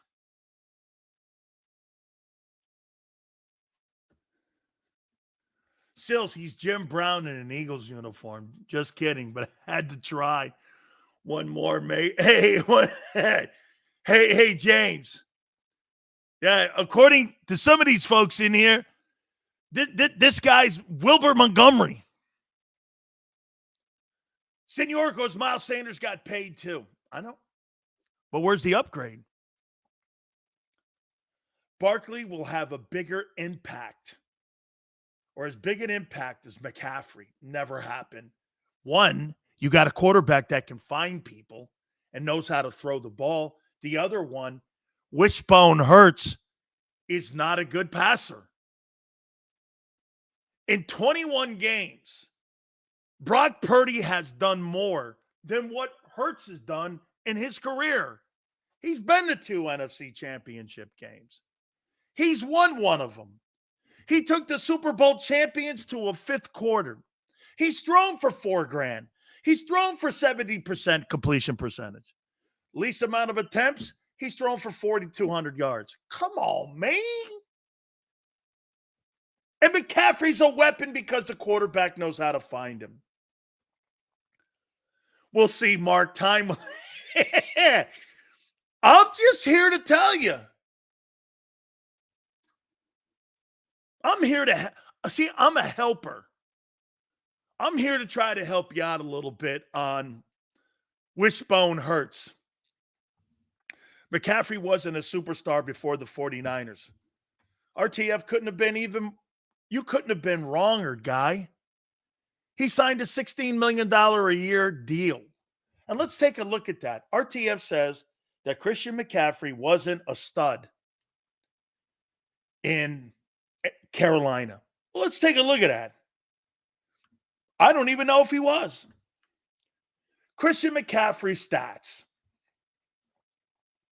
Let's take a look at that and see if he was a stud when he was in Carolina. Shall we? All right. Let's see here. All right. Second year, 1,098, 7 touchdowns. How many catches did he have in his second season? Let's see here. Receiving.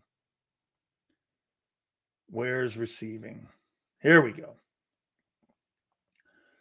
Here's receiving. Receiving and rushing. Here's rushing. Here's receiving. Second year,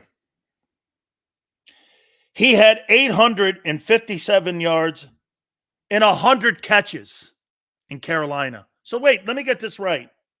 He had 800. This guy says he wasn't a superstar in Carolina.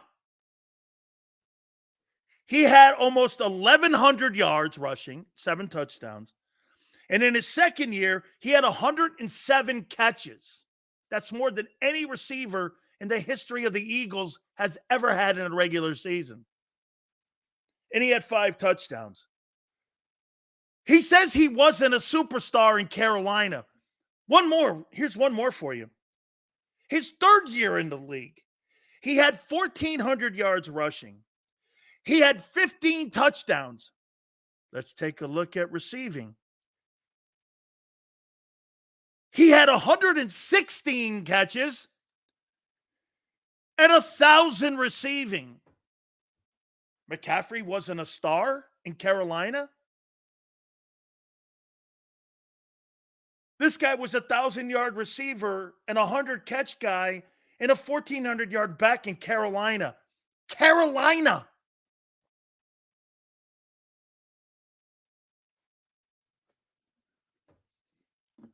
Saquon Barkley is nowhere in this guy's league. Look at that. Woo! Unbelievable. Unbelievable. 1,000-yard receiver, 100-catch guy. Woo! What did he do this last year, too? Led the NFL in rushing. 1,459, 14 touchdowns. What did he do in receiving? 67 catches, 564, 7 touchdowns. This guy had $2,000. How you doing? Break. Wasn't a star. Are you high? What are you high?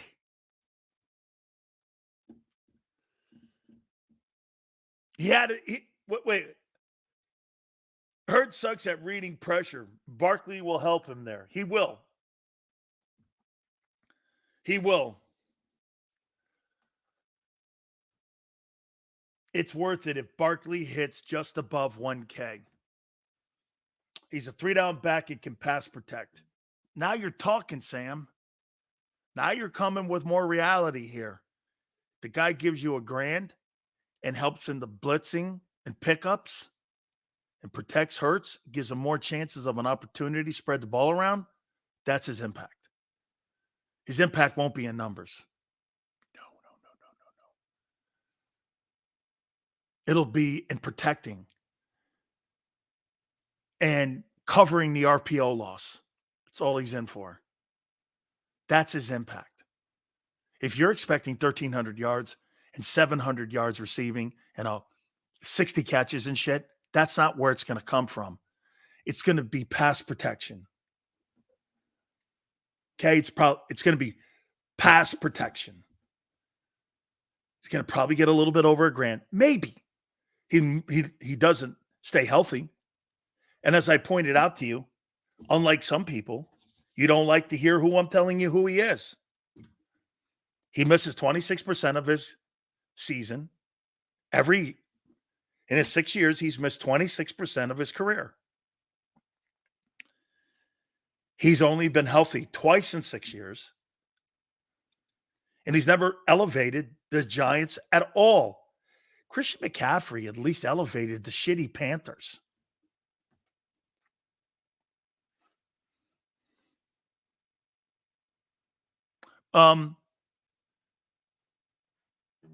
That's right, Jason. You only have to average 58 yards a game.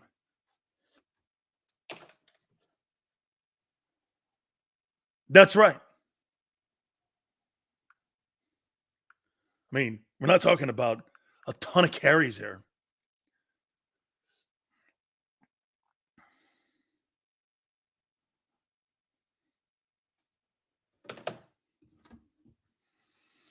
He did elevate the Giants. He got them to the second round. Then why did they pay we're at 196. Keep it up, guys. Half hour for 50. Make Prince eat his words. Come on, guys. Come on here. Let's go what Philly 500 just said. Hang on here now. Think about this. Well, then why did they pay Jones and not Barkley if he elevated the team?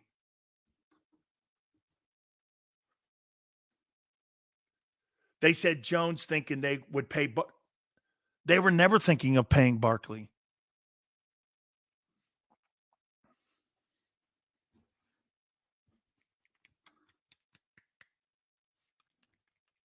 The only people who thought of paying Barkley were the Eagles.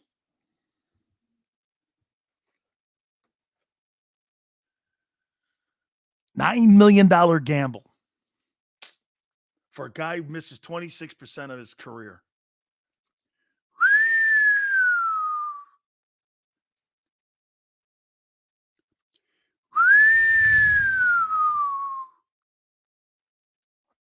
Yes, sir, baby.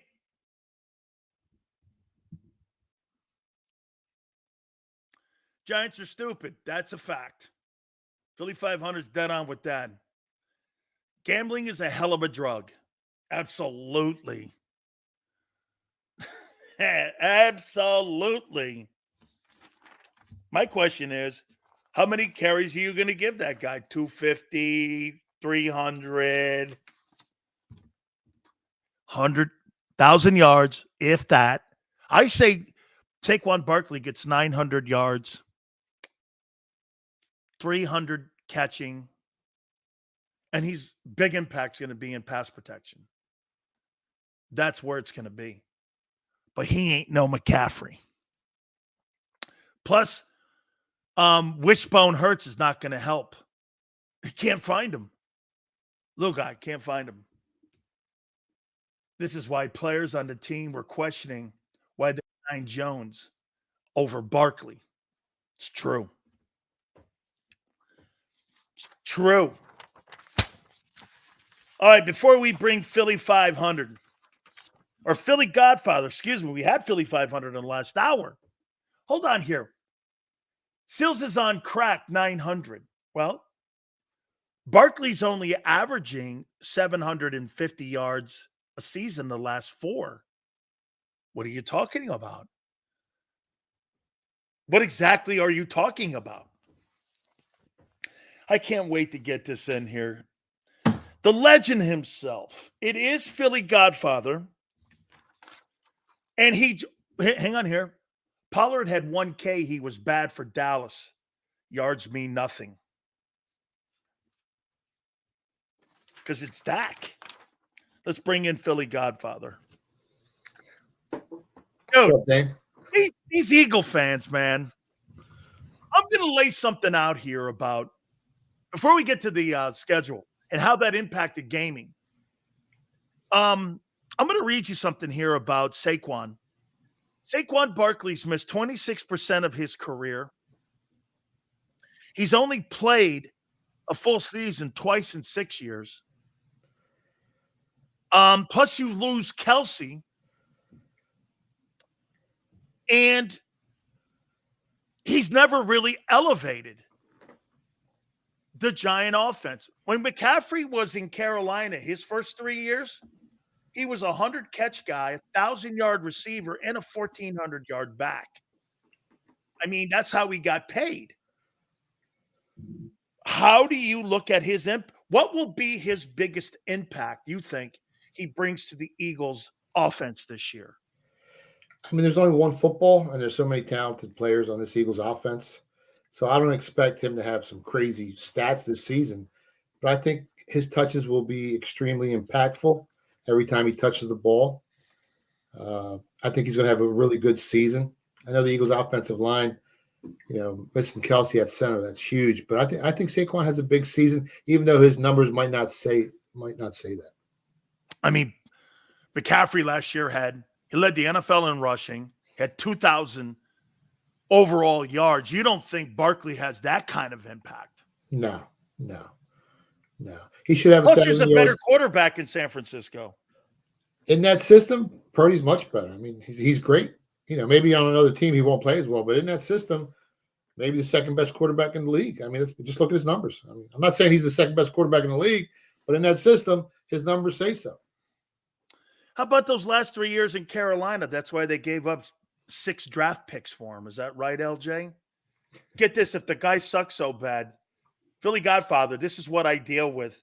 Sometimes ignorance and dumbasses is the fact that, get this, you give up 6 draft picks for a guy who sucks.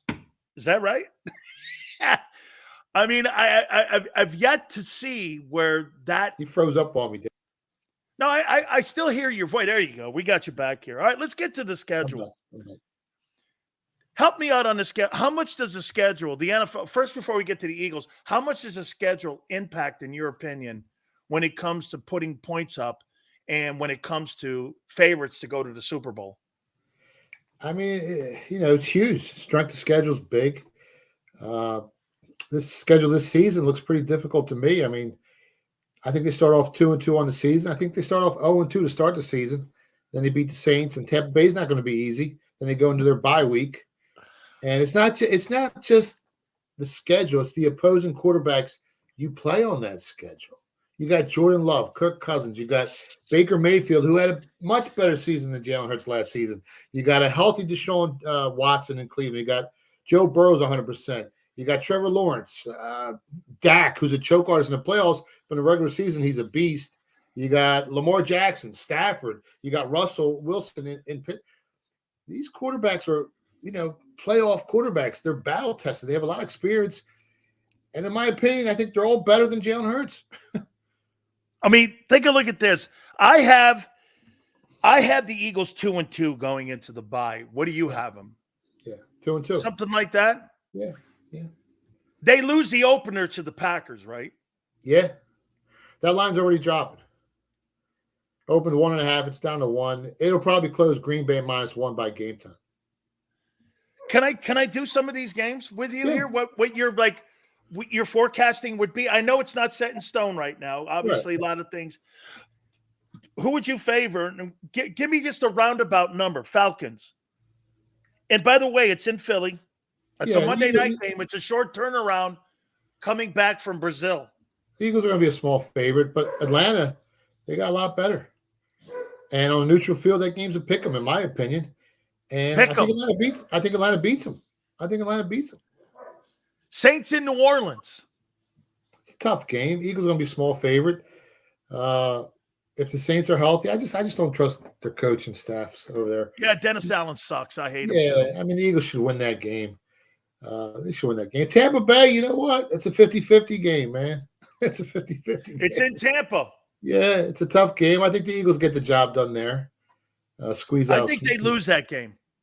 I don't know. I think they win that game. I think they start off 2-2 into the bye, which, ain't that bad. I mean, if they can start off 3-1, it's great. But last year they were extremely lucky. First 6 50-50 games of the season, coin flip games that could have went either way. They went 5-1. And they're going to have to get extremely lucky this year again. in coin flip games because I've got them winning 9 or 10 games. If they're extremely lucky, like they were last year, they might win 11. And if they're unlucky, this team could win 8 games on the season. What about that Browns game? How do you see that? Is that That's a big a tough- number or a tight number too? That's a tough game. It's a coin And flip remember game. this, it's not so much about the Browns offense. It's about Jim Schwartz and that defense with Myles Garrett. Yeah, and you got they're saying Deshaun is finally healthy. So we'll see how that plays out. Small lean to the Eagles there, but they could lose that game. They killed the Giants, right?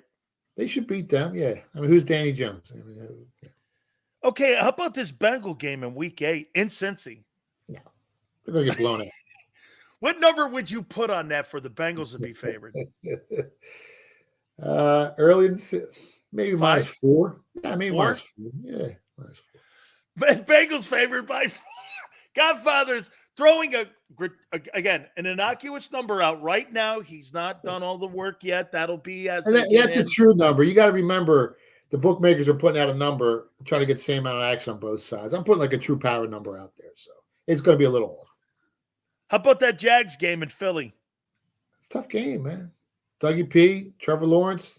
I mean, they got the better coach. They got the better quarterback. It's a tough game for the Philadelphia Eagles there. How about the Cowboys in Arlington, Week 10? Who would be favored? Cowboys? Yeah, slight favorite. The Cowboys are a slight favorite to win the NFC East, where they're even. They had the same odds to win the Super Bowl. So, those division games are so tough, Dan, man. They're so tough. They usually, Cowboys, you saw last year. I mean, they were 1 inch away from beating the Eagles twice. Do you think they split with the Commanders? They could. I mean, I think the Eagles are better than they are. I think the Commanders, what their season win total is 6.5. So the Eagles are a better team. Eagles are a much better team. Now, the Rams are favored from what I saw against Philly in Week 12. Do you like that number too, where they're favored by, what would I see, 2.5? Is that what that number is? I forget. I got to go back and check. I mean, they got the better coach and the better quarterback. I mean, why wouldn't they be favored? And Cooper Kupp and that Puka Nacua kid too. Who covers them? Who's going to stop them? Yeah, the rookie guys. Who's going to stop them? How about that Baltimore game in Week 13? Oh, the Ravens are one of the 3 teams that have a higher expected win total than the Eagles on the season. They're expected to win 11.5. Eagles are at 10.5. But you know what's weird about that? There's only 3 teams with higher expected win totals than the Eagles this year. But if you look at the odds for most wins on the season for a team in the NFL, there's 8 teams in front of the Eagles with better odds to have the most wins on the season. So that kind of tells me this Eagles team ain't as good as people think they are. Panthers they'll beat. Yeah. How about the Steeler game in Week 15? In Not Philly. easy. Steelers got better. I got them losing this game. That's a tough game. Steelers got better. Now, it all depends on who's banged up. Going into that game, it's a war of attrition in the NFL late in the season, but it's a tough game. You can't just circle the Eagles as a winner in that game. I got the Eagles 9-8, or like you say, I think they're more between 7 and 8 than they are between 9 or 11 wins. I think they're more like 7 wins to 9 wins. Yeah, I got a 9 to 10 win team, and like I said, if they get extremely lucky, like they did last season, and these coin flip games, they can win 11 games. But if they're unlucky, which you know how luck goes, it goes up, it goes back. If they're unlucky this season, they could win 8. It's scary. If they're 2-2 at the bye, what do you think the odds are that Nick Sirianni's not the head coach going into that Cleveland game? Nah, he'll be head coach. I think it's too early. Yeah, but they showed you last year, Godfather, that they will make a move when it comes to coaching when they fired Desai. Now, this is a bigger call here because it's a head coach. But don't you think if they see signs of Hurts playing well, and yet they're still 2-2, and you got to decide this, because here's what I say. I don't know if Nick can save his job. Either if they lose and this thing implodes, he's fired. And if they start Kellen off Moore, if they start off 1-3 or 0-4, he's dead in the water. But I don't know, 2-2, you got to give him a shot. But you guys got to remember, this is a new system for Jalen Hurts. It's going to take him almost half the season to get acclimated to it. 4, 6, 8 weeks. The better, smarter quarterbacks, the ones that process information quicker, 4 to 6. The guys that are a little slower processing the information, 6 to 8. So this is a new system for Jalen. Hopefully they can adapt quickly. They got studs on offense everywhere. Wide receiver, tight end, running back. There's no excuses for Jalen Hurts not to have another MVP type of season unless he's not an MVP type of quarterback and he's just mediocre like he looked last season. Here's my spin on that. If they're playing well and they're still 2-2 and Jalen's playing well, I think that they fire him. They make him the interim head coach, and he's the play-calling head coach. And then if it continues to look like Jalen's turned around with Kellen, the guy who they initially maybe wanted in 21 when they interviewed him, I think they make him the head football coach the rest of the season, and they name him the future head coach. That's what I listen. I think Kellen Moore's got a lot to gain in this the first month of the season. I mean, it's a double-edged sword, right? It's a big gamble because if you're 2-2, okay, it's still early. If you fire Serianni and the Eagles go downhill, well, then Howie, Jeffrey Lurie's going to catch all the heat. Now, if they, start kicking ass and they win the Super Bowl, it's the greatest move of all time. But that's a scary gamble. I wouldn't make that at 2-2. Your early Super Bowl favorites to participate, if you were just to throw something and darts against the wall right now? I mean, the odds makers are telling you it's the same usual suspects: the Chiefs, 49ers, Detroit, Eagles, Cowboys. I kind of like the Bengals a little bit. You're getting good odds. To me, it's all about the price. If I can get a great price, give me a little, maneuvers in the playoffs, a little wiggle room where I can hedge if I have to get out of that wager. Joe Burrow. I mean, how do you bet against him? He's the only guy that's active quarterback that's beaten Mahomes in the playoffs, right? So the Bengals are going to be tough. Lamar Jackson, regular season, is a monster in the playoffs. He underperforms. So it's hard for me to, they cost me money last year. I had them going all the way. It's hard for me to bet them again, knowing Lamar is Lamar in the playoffs. 49ers are really, really good. We could see a 49ers Bengals Super Bowl. That's what I'm thinking. Yeah. Bengals 49ers. Yeah, we could see that. That Chiefs schedule, don't you agree? I mean, they're doing everything they can not to have them repeat or three-peat because, dude, you see who they're opening with? They open with Lamar, then they play Joe Burrow in week 2. I mean, they easily could be 0-2.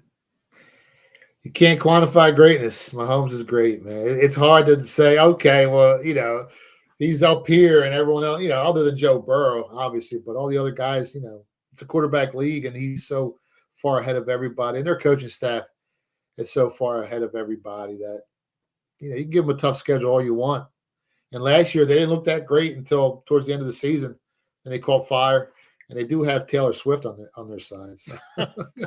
Oh, yes, I forgot, of course. As Brady said, they have a whole stadium full of 14-year-old little girls there at Arrowhead.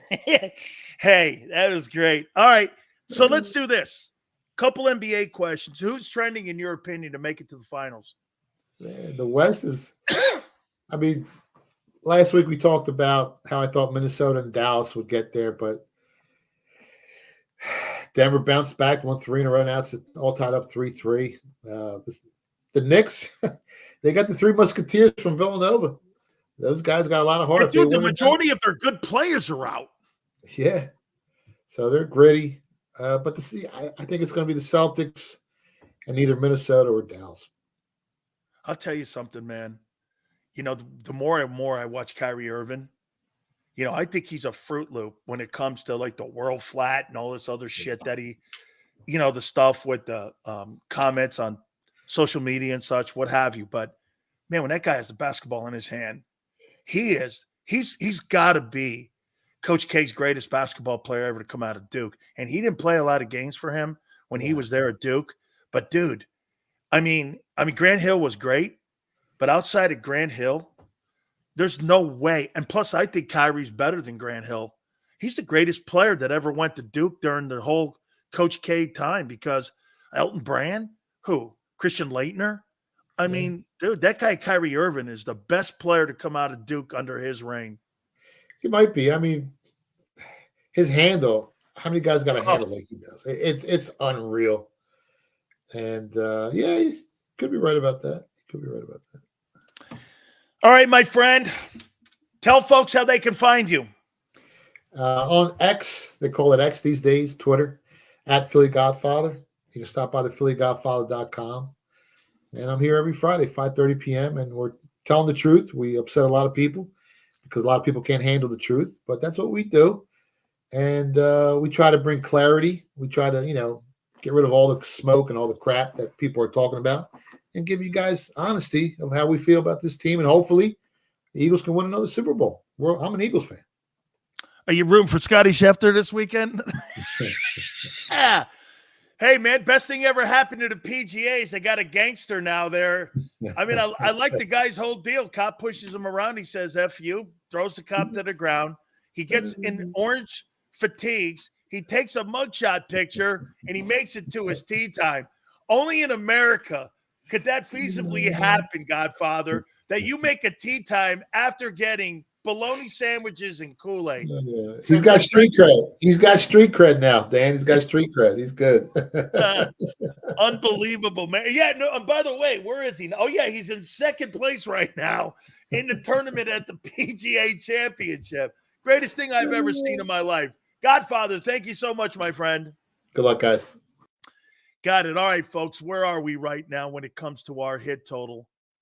We have 15 minutes left to get how many, Xander, do we have to get to for our likes? Been a little bit too old. Dude, I need 46, guys. 46. Look at that. See that, Sue? Don't worry. Sue, the one thing you don't do is Nick Serianni. Don't panic. Don't be like Howie. Don't panic. Hit the like button. Don't do it. Hey, don't talk to me about you do it every day. That's what I'm trying to tell you about Wishbone Wentz. You do it every day. Taking an L, he said. Baby, I'm going down swinging. Unlike that 2023 White Flag Eagles. The Philadelphia White Flaggers is what I call them. Ain't no white flags here. Hit the like button. Let's battle this bitch to the end. Keep it here, National Football Show. If you missed any of today's show on the JAKIB Media channel, listen to the podcast on your way home. Available on YouTube, Apple, and Spotify.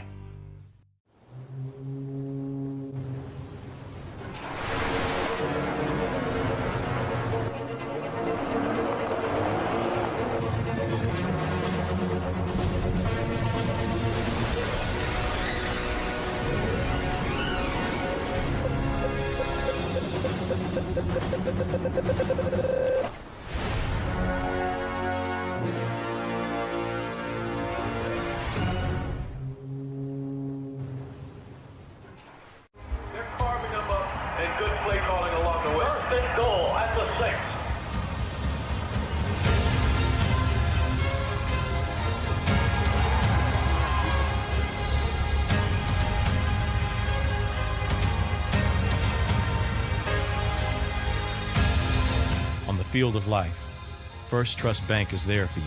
Champions on 3. 1, 2, 3. Because Philadelphia dreams deserve a Philadelphia bank. Heading down the shore. Have a ball once more. Here, imaginations run wild and time stands still. Because here, you can find the best of the Jersey Shore, all on one 5-mile island. So leave the old you behind and get lost in the woods. Wild, wild, wildwood day. Plan your stay in the Wildwoods today.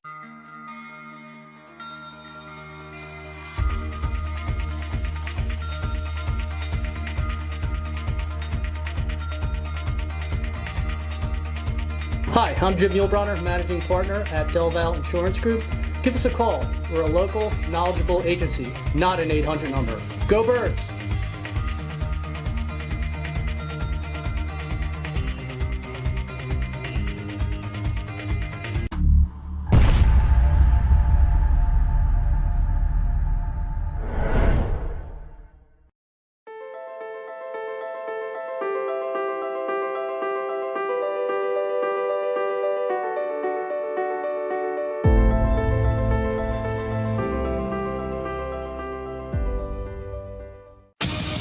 The greatest fans on earth. It's a bold statement, but would you expect anything less from Philadelphia?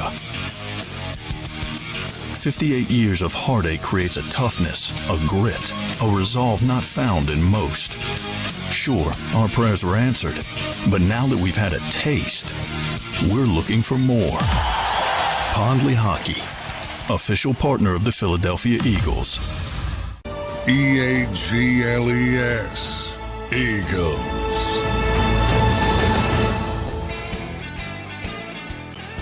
Big Sills! Come on, guys. Let's roll with this, baby. Finish the week strong. Let's push towards 250. Thank you guys so much. Please hit the like button. I saw a guy in here go like this. He made a point. He goes, hey, man, if you like this more, you know, maybe and I go, oh, I see. So, like, that's how you watch or listen to your radio stations in Philly. Those guys tell you what you want to hear. Oh, okay. No wonder you're full of bullshit. Okay? No wonder. Good missing Parsons. Is Dan Words and CD is a great slot? No. Twiz. I don't know what you're talking about.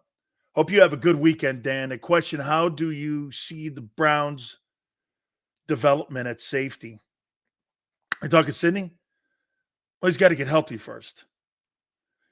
Sills, could Oren Burks and Zach Bond be the starting inside linebackers? Absolutely, they could be. Absolutely. I wouldn't have a problem with that. Sills has faith in his likes like the Eagles have faith in their defense. I do, because you guys have been great. Actually, awesome. Absolutely awesome. And we know one thing is for sure, Senor, whether it's 6 people, 2 people, the Eagles watch. We're reminded of that every day. Xander and I. And Big Joe. We're reminded every day. Those are facts. Ask Xander next Tuesday. We're going to do Tuesdays and Thursdays with Xander. I thought he was a grand slam. Yeah. Devontae. Let me see. Who's actually watches the show? Devontae Smith, AJ, Britton Covey, Jason Kelsey. Who else has commented? It's Darius Slay. Clint Hurt. Tracy Houston. Jeff Stoutland. Merrill Reese. All those folks. Sills, is Zimmer going to blitz Parsons through the A gap? I think they move him around, Dean. I do. I think they move him around a lot more than what Dan Quinn did. Xander, give me a total right now where we are. Give me a total. See where we are right now. 212. Come on, guys. You got 11 minutes. 11 minutes. We can make this happen. I got faith in you. 1,000% have faith in you. Cowboy fans here, and this is the best football show on the web. I enjoy listening to Philly 500. Kirk, thank you. We try to get as many people as we possibly can with different views than just what we say here. Backup running back will be the Eagles' most important player this year when Barkley misses half the year. Correct. Barkley's going to miss 25% of the season because he does. Sills, why did Paul Brown blackmail Bill Walsh from the NFL coaching jobs? Great question. Kyle, Bill told me why. And so did Mr. DeBartolo. When, if I'm not mistaken, when Bill was the offensive coordinator with the Cincinnati Bengals, he was coming up with all these great design plays, and it was just brilliant.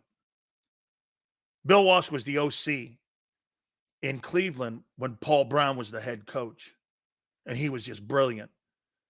The Chargers, the Rams, the Packers all reached out to Paul Brown, and he said that Bill Walsh didn't have the temperament of a head coach. Said that, and that's why when they didn't give him the head coaching job, when Paul Brown stepped down, Bill resigned.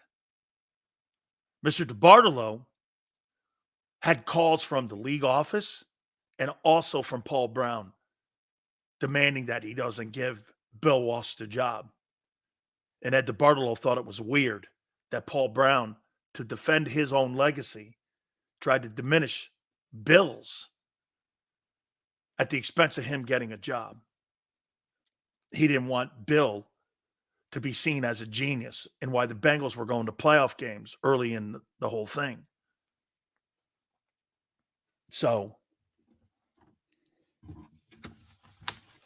that's why you talk about being an asshole.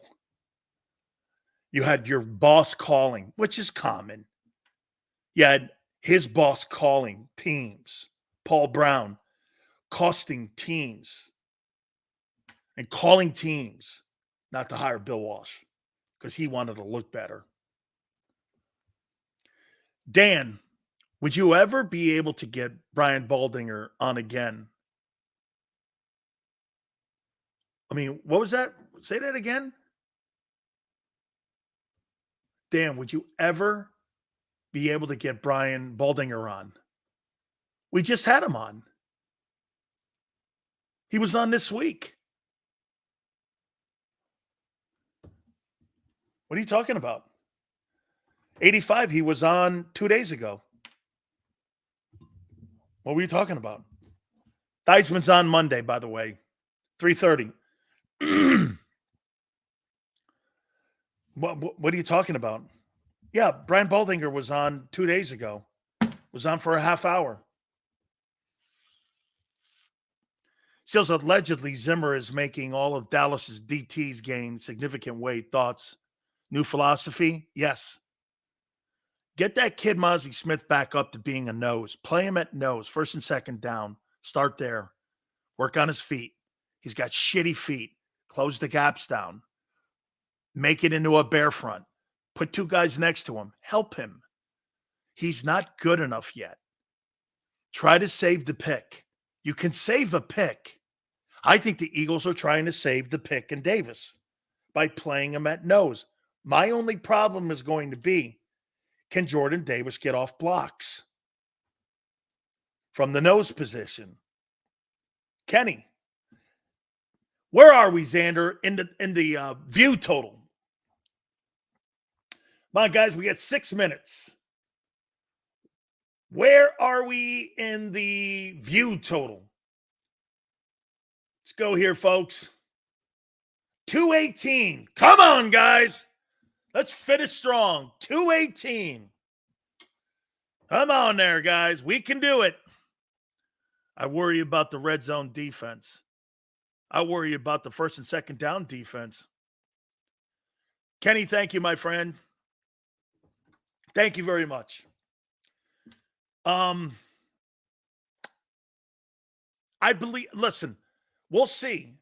I just don't believe that you're going to have that defense be able to stop people. But Xander brought a great point up. I don't know if you have to be sensational any longer. Jordan Davis is not a 3-down player. He must be rotated if you want him to last all season. And here's the one thing, too, Forrest, you got to remember. You don't have enough depth behind him. Who plays behind him? That Ojimo guy, whatever his name is? So I think if Hurts plays better than last year, then in 2025 NFL draft, they're going to draft an edge rusher. Let me ask you this, guys. If Jalen Hurts puts a 2023 season in 2024, what round will the Eagles draft a quarterback in?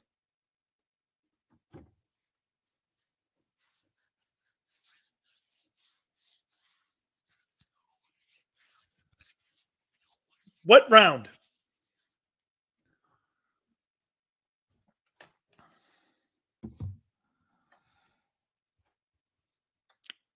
First round in a trade up. No way. No way.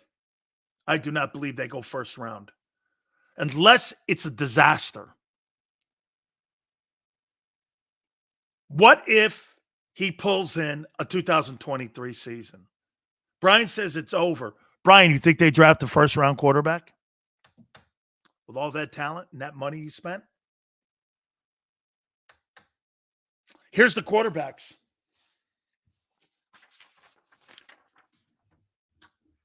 Shedeur Sanders, Colorado.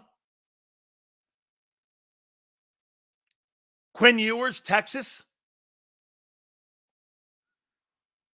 Carson Beck, Georgia.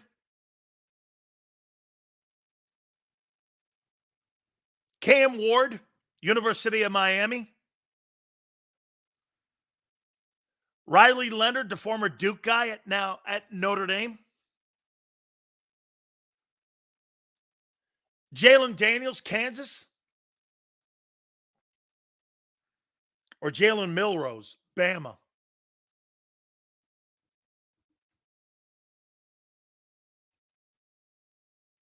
Are any of those quarterbacks good enough for me to land on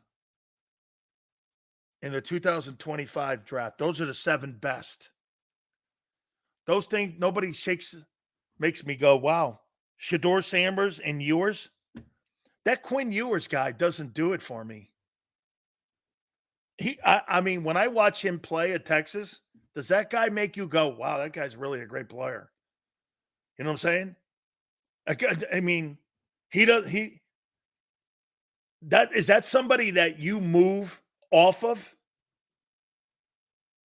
You know what I'm saying? Is that somebody you move off of for Jalen Hurts, Quinn Ewers? I don't know.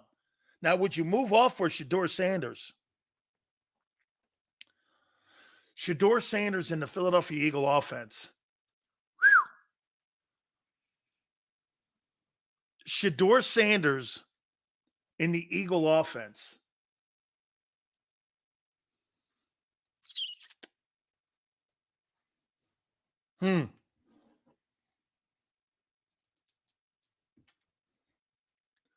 What round do they draft? Do you think a first rounder? Sills, I say the kid from Bama, same skill set as Hurts. I don't want that same skill set. That's not what I want. I want a drop back quarterback. That's Sanders. I want a drop back quarterback. Aren't you tired of that? Right? Sanders is overrated, Xander thinks. I think the thing that I don't like about him, okay, one of the things that I don't like about him is the fact that he holds on to the football a little too long. That's a lateral move. Gooby, it is. That's exactly correct. It's a lateral move going to Milrow. It's totally a lateral move. Okay, it's a lateral move. I'd rather wait 2 years for Manning. I don't know if Manning's going to be a good quarterback. Eagles will draft Arch Manning in 26. Again, I think its entire 2023 class was terrible. I think this past season, absolutely, I'm with you, man. I'm like, the guys who just got drafted, I don't see it. And I don't see this. Xander could be right about Sanders too. He absolutely could definitely be right about it too. The number 1 guy this year didn't move the needle at all. Yeah, Caleb Williams, man. You know, he may shock the hell out of you though, man. Okay? Guys, I got to tell you. Xander, what was the finishing number here? What did we get to here? 225. We were 25 off. You know what I tell you guys? Way to fight to the end. Unlike the Philadelphia White Flags, you guys were great. We didn't surrender like you did in a Buck game. This show never surrenders. God bless each and every single one of you. Wonderful week. Can't thank you guys enough, man. Keep it up. Thank you very much. We thank you, and all kidding aside, we thank you guys without a doubt. Without you guys, we couldn't do it. We absolutely love the fact that you're here with us each and every single day, posting whatever you want. We give you that platform because we invite you here. Thank you so much. God bless you. Have a great weekend. Joe, Xander, we thank you. 2 to 6 Monday. Don't forget, Gary Cobb, Joe Theismann, and Angelo Cataldi will be on with us on Monday. Have a great weekend, and we'll see you on the flip side.